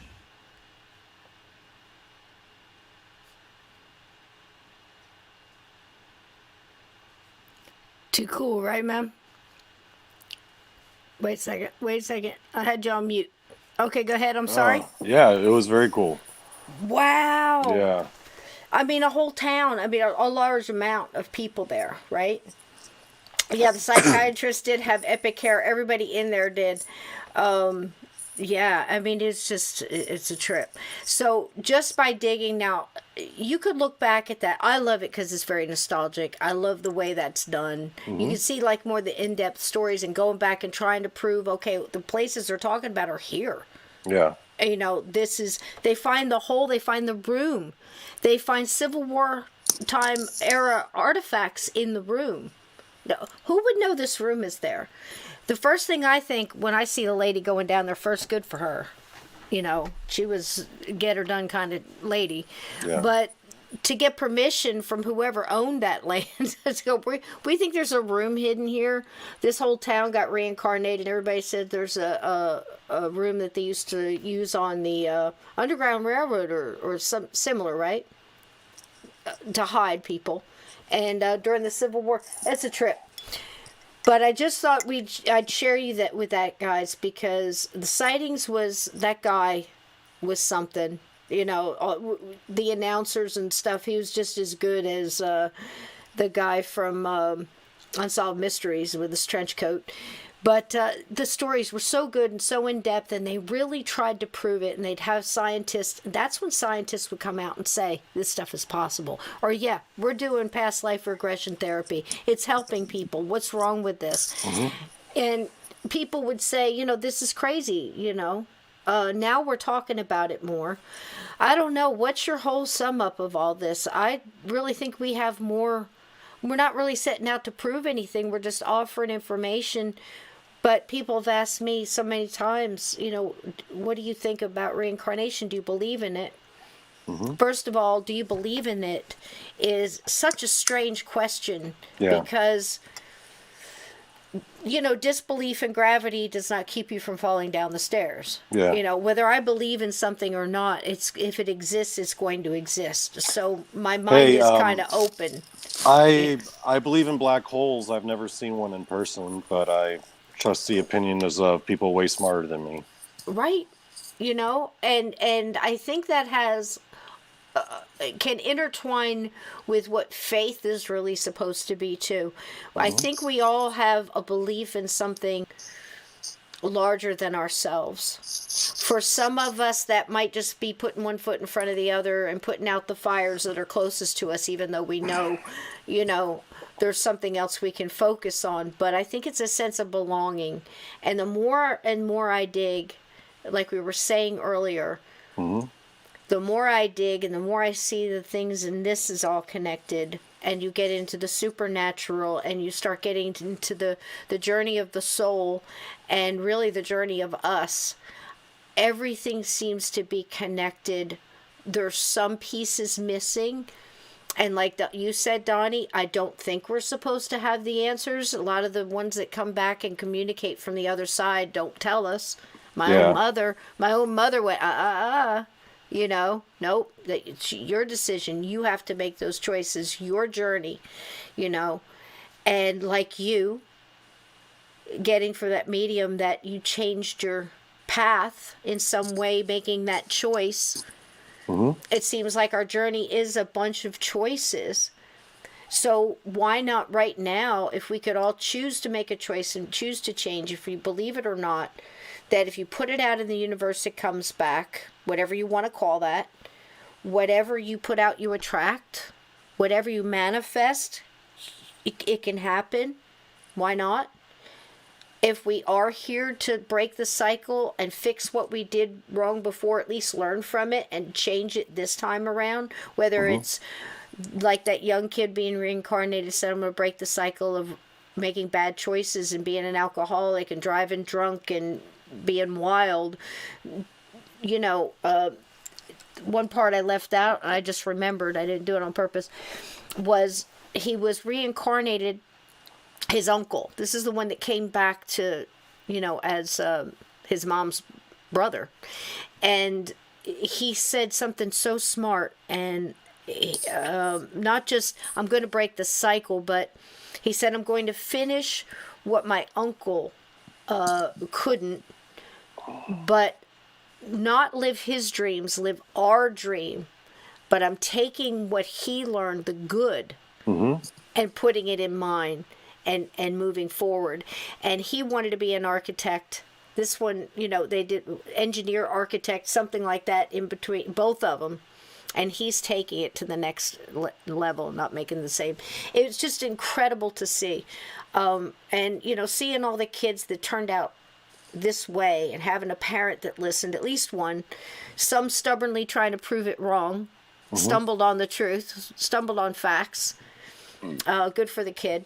How many slipped through the cracks? So tonight, if anybody in the chat, you have anybody in your family, or if you're a teacher, or in your community or something like that, and touching in our lives, think about these little kids.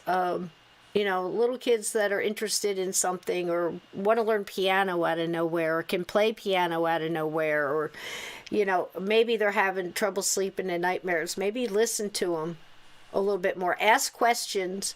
It seems like each one of these parents got a lot of headway and a lot of direction by just asking the child questions and listening to the answers, and not treating them like, oh, that's crazy, you're just dreaming. Because I can remember being told that, not by my mom, but by others. Because when you wake up screaming, they're asking what's wrong, and you're saying there's blood all over my hands, of course that's going to alarm any adult that cares about you. And then they're just going to think you're crazy and you're dreaming. That's pretty much how it, go back to sleep. I used to get a lot of night terrors when I was a kid as well. I used to get them all the time. Maybe ask them, what do you see? What are you seeing? Those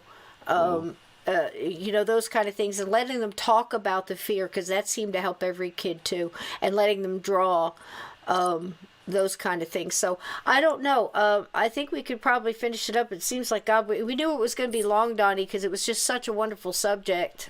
Did you cover everything you wanted? That stuff with Pattin was just absolutely mind-blowing. The history and everything. And wow. Boy, that was nice. Well, I didn't even get into the Edgar Cayce stuff. Oh, shoot. Yeah. Please. That's a loaded one. Is it loaded? Guys, do you want to hear Edgar Cayce now? I'm all for it if you guys are. Or we could do another part. I don't want to rush you. And let's see if I can get the stuff. Do you guys want to hang in here? Go ahead, Donnie. It'll take us longer to talk about it than it will to just do it. Yeah. Let's do it, baby. I'm going to see if I can get the slide for you. You hang in there. In terms of, if you want to examine or think about reincarnation at the next level, then I don't know how people in the chat feel about Edgar Cayce. Okay. He's, I don't know. It's weird. Ever since I got into the whole paranormal community. Oh, I got it. There you go. Oh, look at us. Listen to overcoming all the freaking odds, man. All right, you never hear too many people talking about him, but no, please go. So I've read a lot of his readings. Can you hear me okay? Am I good? 5-5? I can't hear you. I'm muted so you wouldn't hear my bracelets scratching. Oh, I thought hear I you was fine. muted. Yeah, no, you're fine. Yeah. Okay. You're fine. He's fine, right, guys? Right. You hear him? All right, here we go. Edgar Cayce, and go. So I was reading a lot of his. So what Edgar Cayce does for past life readings is he actually lays out the entire blueprint. So when a person would come in to get a past life reading, he would tell them like every single incarnation. And the way he broke it down was that he kind of saw karma as a very binary thing when it came to individual incarnations. So what this means is that when you go through a certain life, and then when that life ends, he'll say either your karma went up or it went down, depending on the choices you made through your own free will. Holy shit, that's interesting. And so, can you repeat that one more time?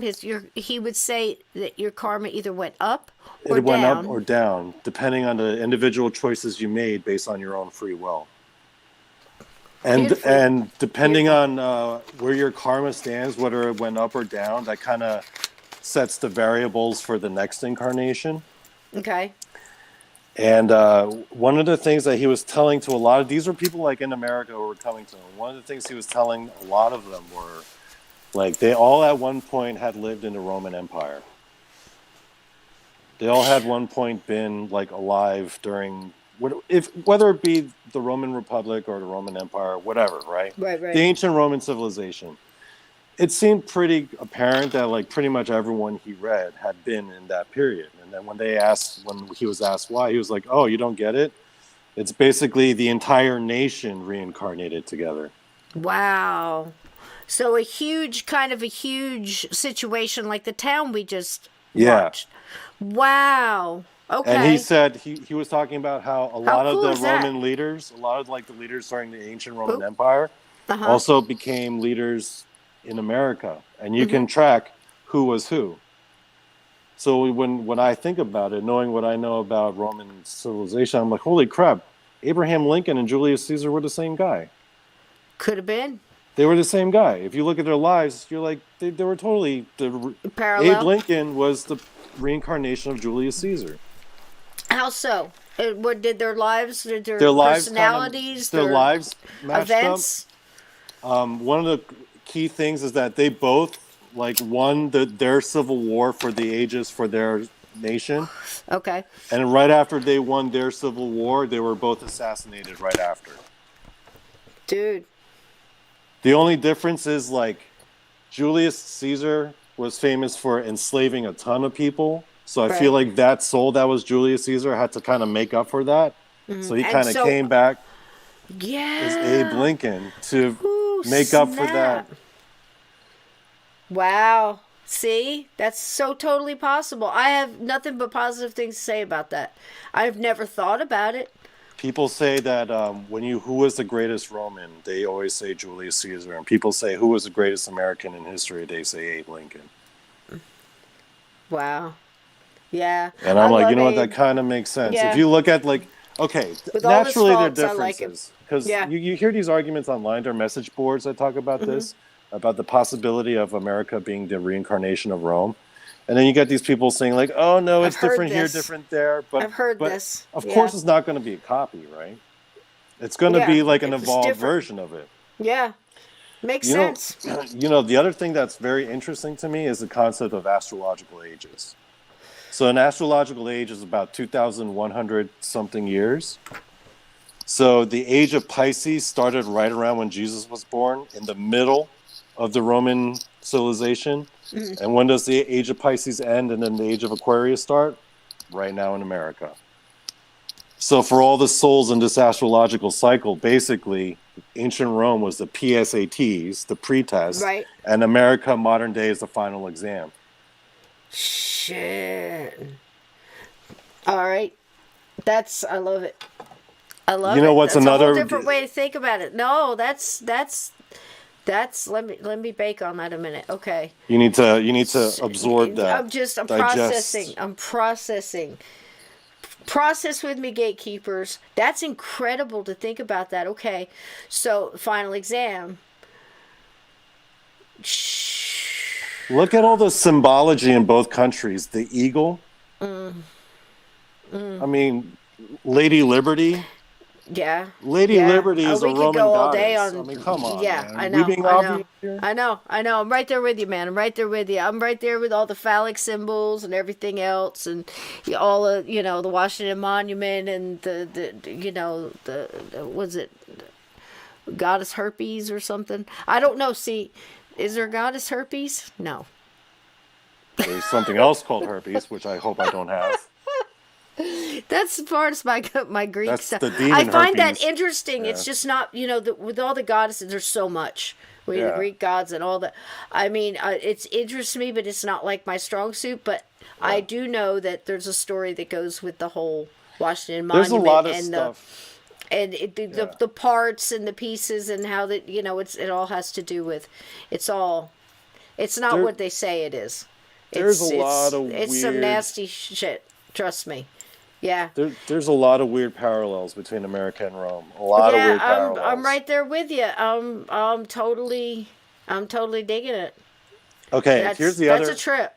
Here's the other trippy thing that I learned from So reading you're Edgar saying Cayce. we all also reincarnated as a large group souls at certain times? Because we were talking about that with Pattin. Warriors being born at a certain time I'm when willing to needed. bet- Why not? When that soul is needed. I'm willing to bet that there's a good number of people in the chat, and maybe yourself, Cisco, who were at one point citizens in the Roman Empire. Wow. Yeah. I mean, it just, coming back. You know what I'm finding too? Just to be totally honest with you. On multiple times. Oh, God, this one's deep, so. But I got to share it with you. I got to share it with you because this is it. And I want you all to just prepare yourself for this, okay? Because anytime anybody brings up certain names or certain things, especially names of angels and things, right away people put up this like block because they go, okay, well, angels belong to that thing, but bullshit. Angels are for everybody. And I mean, if there's nothing I ever get through to a listener on this other than love never dies, it would be this: stop letting other people tell you what you are entitled to and what you're allowed to have. And that's what it breaks down to when you start putting labels on things. I'm telling you that just open your mind to all wisdom is not found in one place, and just listen to the vibe of it, okay? I have in multiple different readings from mediums and or psychic mediums, whatever labels you want to put, people that are gifted, that do this for a living, okay, good ones, with multiple people that I know, all past life regressed back to the time of Jesus. They either walked with him, knew him, was there when he was crucified, knew each other. These are people that do not know each other in this life other than acquaintance or bumped into or, had a spurt in life with, like a working relationship for several years or something like that. Some kind of close proximity in this life, but were together then during that time. And a large amount of them have an overwhelming sense of grief over it. 5 of them that I know, one of them is me, are close in this life group to an extent, but 3 of those out of the 5 have distinct memory of trying to stop what happened to Jesus. I mean, at the last walk, the carrying of the cross, walking the line with the townspeople there, many of them yelling and screaming, the mayhem, the Roman soldiers snapping of the whips as they walked by, screaming to stop it, and having Roman soldier turn to him and say, do you want to take his place? And denying it, of course not, and walking away. Think about the impact of that emotion. Think about that impact. 3 out of that 5 that were close have a memory of while in other spots on that line, denying him and regretting it and carrying it over many lifetimes. Now that's wild. I mean, it's in the double digits. Yeah. Of people that have gone to a Reiki and had their energy read, and this came up. Very much like your Roman times, and being as a group, here we go again. I mean, that's when Jesus took place, right in the middle of the Roman Empire. Or right when the Roman Republic became the empire is when Jesus was. That was all right there. And this is like, I'm going to say, like I said, double digit. And these are people that you bump into. It's, well, this one, hey, wait a second. One time it was in a room and that person had been regressed before. And that person went and asked permission if they could come and talk to us and tell us their experience. And that's when I found about the line of him walking, and somewhere that person's soul at the same time, with 2 other people standing there, was there in that line and trying to stop it and denied it, or said, do you want to take his place, or trying to get water, offering water and being beaten and thrown to the ground for it. One of them was that, and remembered him walking by as he did and regretting that moment, wanted to do more. And I can imagine there's many stories like that, but it all seems to be from the same time. Multiple people from the same time. Does anybody in the chat have an experience with a past life regression or a reading that you've had recently, say over the past 10 years, that mentioned that you may have lived in that time? So we're talking during the Roman Empire. They reigned for so long. How long was that? During the Roman Empire, they did what for so long? They reigned for so long. I mean, they were. Oh man! They went on and on and on. It's but hard this seemed to be the crescendo time. Really those. So what does that fall? What years does that fall? That was right when it became a republic to an empire. That was like the most important time. Right. Of the Roman, Yeah. So that was right then and there. Show us your booze. That's cute. That guy needs to go. Get him. Bake him some shut the fuck up cakes. Can I tell you one other absolute brain melter? Absolutely. I'm floored on the whole Roman time and the whole thinking of how emotional the whole thing was. That was serious. I'm looking to see if anybody has been Passion of the Christ. How many people die in theaters? What? Wait a minute. What did I miss? Did people die in theaters while watching Passion of the Christ? Is that what I'm hearing? Wait a minute. Here's nightmares. What did we say? Or did I miss something that goes with something else? I think I missed something else. Let me see. I'm afraid to touch any buttons. Well, it did kill people, and that was a replay in the theater. It did kill. Oh, wow. The deeper I get, the worse it gets. I don't know what's going on. Does anybody explain to me what's going on there? Sometimes I feel like it's no accident. Wait a minute. Sometimes I feel like it's no accident we all met. There are thousands of live streams. We all live on different parts of the planet, and yet we all talk regularly. Oh, wow. You know what? That's something I didn't consider, Donnie. The internet is certainly connected a lot of people together. And I think a lot of groups are finding each other, being able to reach out. And, you think back of, 20, 30 years where people couldn't do that. I think it's certainly strengthened a lot of things in a lot of ways. I mean, it's showed people. It's got its bads and goods, just like everything else. But it can be used for the light, and I think it has found a lot of people coming together.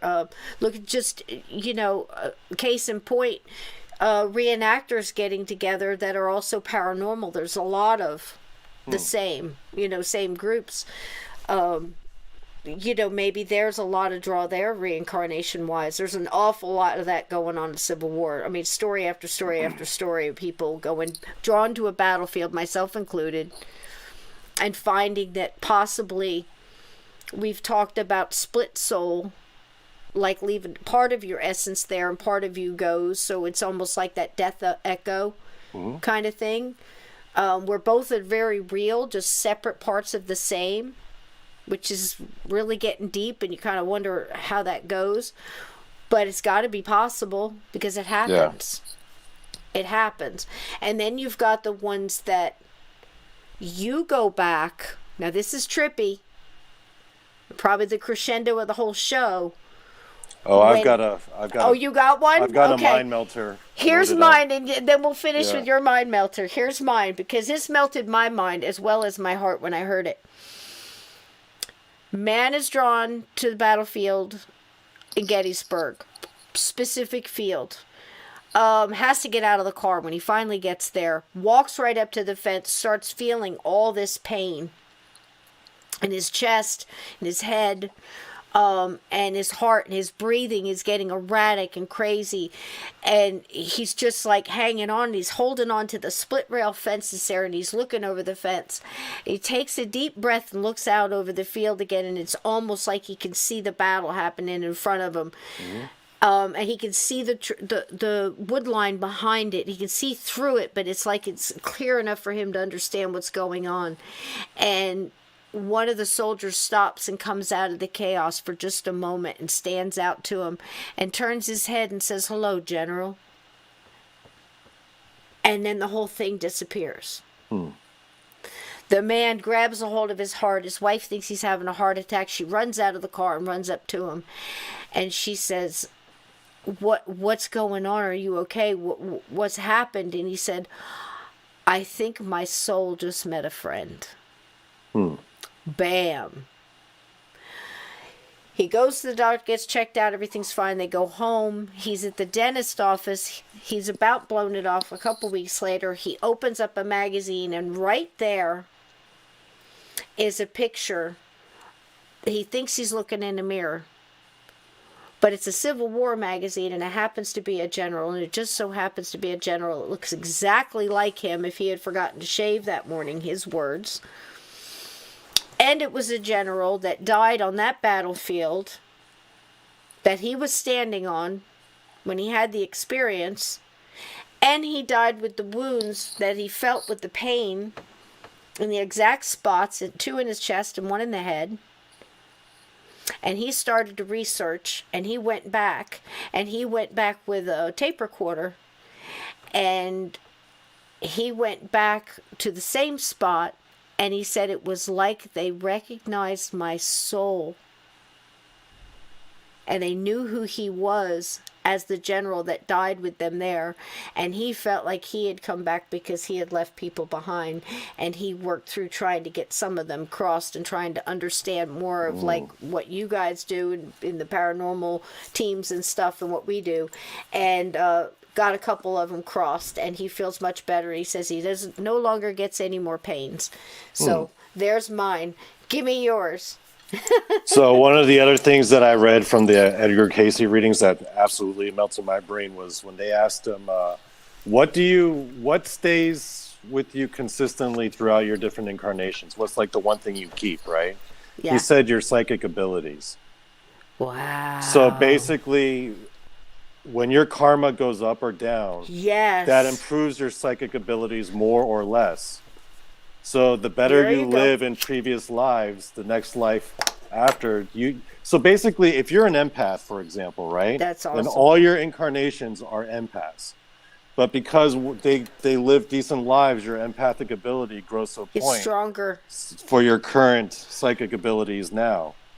I would imagine your consciousness as well. Yeah. And if you're based on your consciousness is the whole deal, of course, and you hone it throughout. And maybe that's a good way to think about it too, is like we're honing our psychic abilities and our consciousness as well as, there was a quote here and I really wanted to read it. I'm glad I just thought about it and I popped into my head, so it must be important.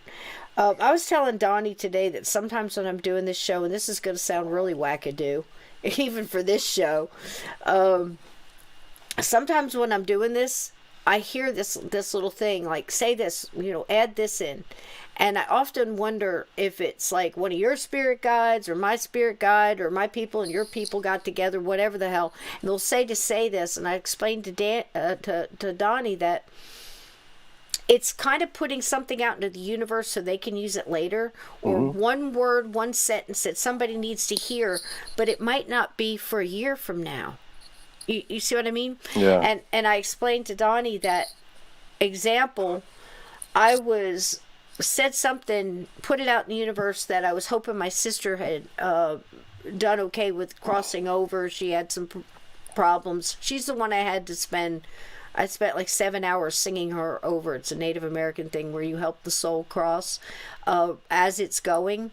And she was questionable about her faith, and she had it, but she was told so many lies that very much like the guys on the Civil War battlefield. Anyway, she I wasn't going to let her go, so I stayed with her soul, and I sang her across, and it was like a drug her across the damn, is kicking and screaming, basically 7 hours, and she finally got there, and I saw her turn around, and she was facing everything, and she kind of looked back at me and said, she kind of gave me a nod, like, you were right, and I just like Sparta her across the border, you know what I mean? This is Sparta. Poof, we kicked her butt. But that's kind of basically what happened.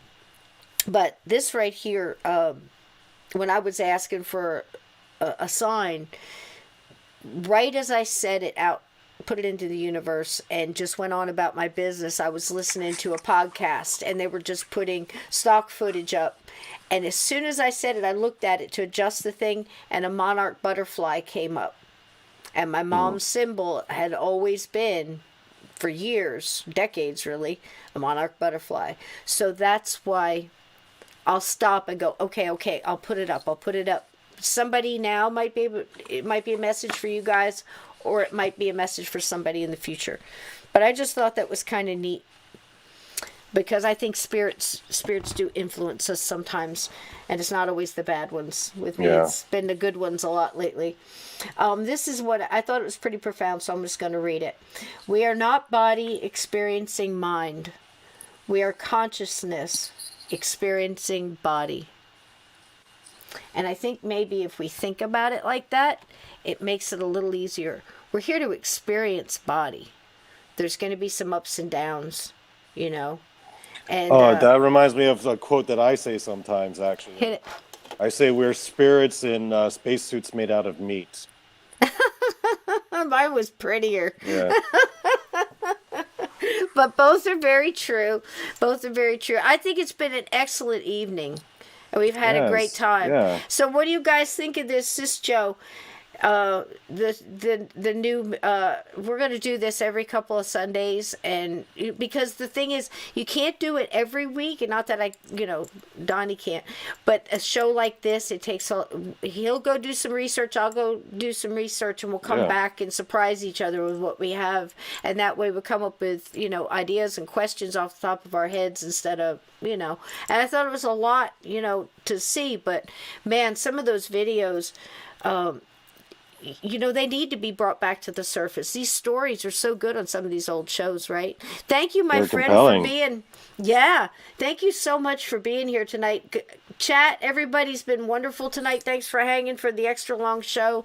Nightmare, thank you so much. You got a blue wrench now, so you can bang all those bad trolls on the head. Salvador, Smoked American Spirit, Organic. And Edna, I love you so much. Thank you so much. I hope these storms aren't wrecking havoc on can I do everybody. a quick PSA for the people in the chat? Absolutely. And Jose. I notice sometimes that after your outro, like for a couple minutes, people in the chat will be like, "Oh, what a great show that was. I really like that guest." And my thing is, hey, if you got stuff to say about the show, just go to the comment section, because we could get conversations going on there. Oh yeah, and it'll help the show. Like I notice, like people are like saying all this stuff, but like just take it over to the comment section. If you can do that on your way out, hit the like too. I don't ask too much for all that stuff. Actually, it's a more convenient way for me, because I'll say something in the comments, like I'll put up a joke and it'll like be a little ding if someone replies. I'm like, this is actually way more convenient than just talking in the chat. Yeah, absolutely. Put your stuff down in the comments. Yeah. I try to go back and catch them too. That's why I did the whole gatekeeper thing. But I can't catch them all either. And you guys can have all kind of chats in here. If you've got anything, any reincarnation stories, or any questions for Donnie that you missed tonight or that I missed going by, it's hard to do all this. And that's another thing too. Donnie can attest. You'll see him watching my lips a lot. There's a delay, and it's hard. And I've heard a lot of things, different things coming back at me and saying trying to jump on guests and stuff and step on them. I don't mean to do that. If they have their mouth covered, or if they have their head down, or if they're doing something and I can't see them, sometimes there's such a delay, and I don't like to sit where everybody's just quiet sitting here. Mm-hmm. So I feel like it's almost my duty to jump in there and say, what do you think, or what do you, and I Yeah. don't mean to jump on people, but it's hard. Donnie and I were talking about how different it looks on this end and how all the stuff's flashing and all this stuff is moving around. So it is hard. Please forgive me for the tech issues. Sometimes this thing will do stuff I've never seen before, so I don't know how to deal with it. I have to kind of do it on the fly here. But also, here's, for what it's worth, I've had a lot of people giving me a lot of, you should be doing this in this way and do this way. And I'm like, here's the thing. It's my show. I pay, this thing costs me about $125 a month to put off. And, instead of criticizing, we have a great thing here. We don't do negative. I don't do negative. I just don't accept the energy. But all I'm saying is to help you out. Don't take the time to tell me what I should be doing. Do your own podcast. I taught myself. I'm going to make mistakes. I'm going to change things, and we're going to try things like we're doing tonight. Right, Donnie? Mm-hmm. This is the best format. Like, I love this format. Yeah. Yeah. And, and this is the best chat with the best mods. Mods, you don't have to ask me anything. If somebody's giving you a hard time, get them out. If they're negative, ask them what they mean. I had a couple people DM me and say this and this and this, and I'm like, no, that didn't happen in my chat. You must be mistaken. And, if you ever have a problem, holler at a mod. So tonight, from now on, if you need something, you need mods, just put in large letters MODS, mods. So get the mods' attention. Say this guy is, pestering me or something like that. We can't catch everything. We get engrossed in deep subjects, and around here, this is nothing. This is a positive thing, and that's what we come here to escape all the bullshit. So if you find bullshit, you don't need my permission to use a wrench, And if you can dodge a wrench, you can dodge a ball, right, Donnie? This show is church for me. That's how I see it. There you go. Yeah. So toss those wrenches, baby. You're just making them stronger. If they don't learn here, let them go somewhere else and get some teaching. Okay, I love you all very much, and thank you so much for this new format. I know it was long, but we wanted to put everything in one thing. This is just scratching the surface, Donnie. Yeah. This is, but thank you so much for all your fine research and all your insight. It's been a delight tonight. Thank you so much, and a lot of fun. Thank you all, chat. You are all part of this, and it wouldn't be nothing without you. I love all my gatekeepers. Bacon to all, and remember, go get your pound of 12-ounce bacon for $10 before it goes up to 20, because we got to have the bacon. I love you guys. Everybody out. Sys-Cho out. Keep your feet under the covers. Keep your closet doors shut, because there are things that go bump in the night. Good night, everybody.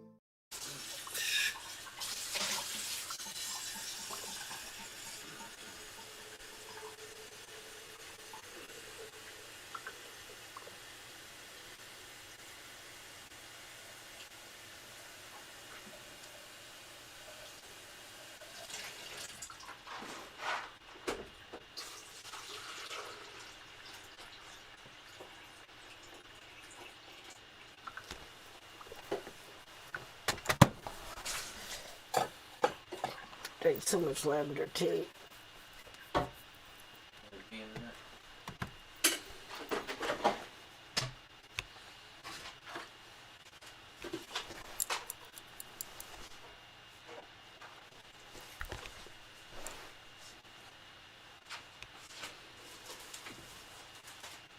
Wait.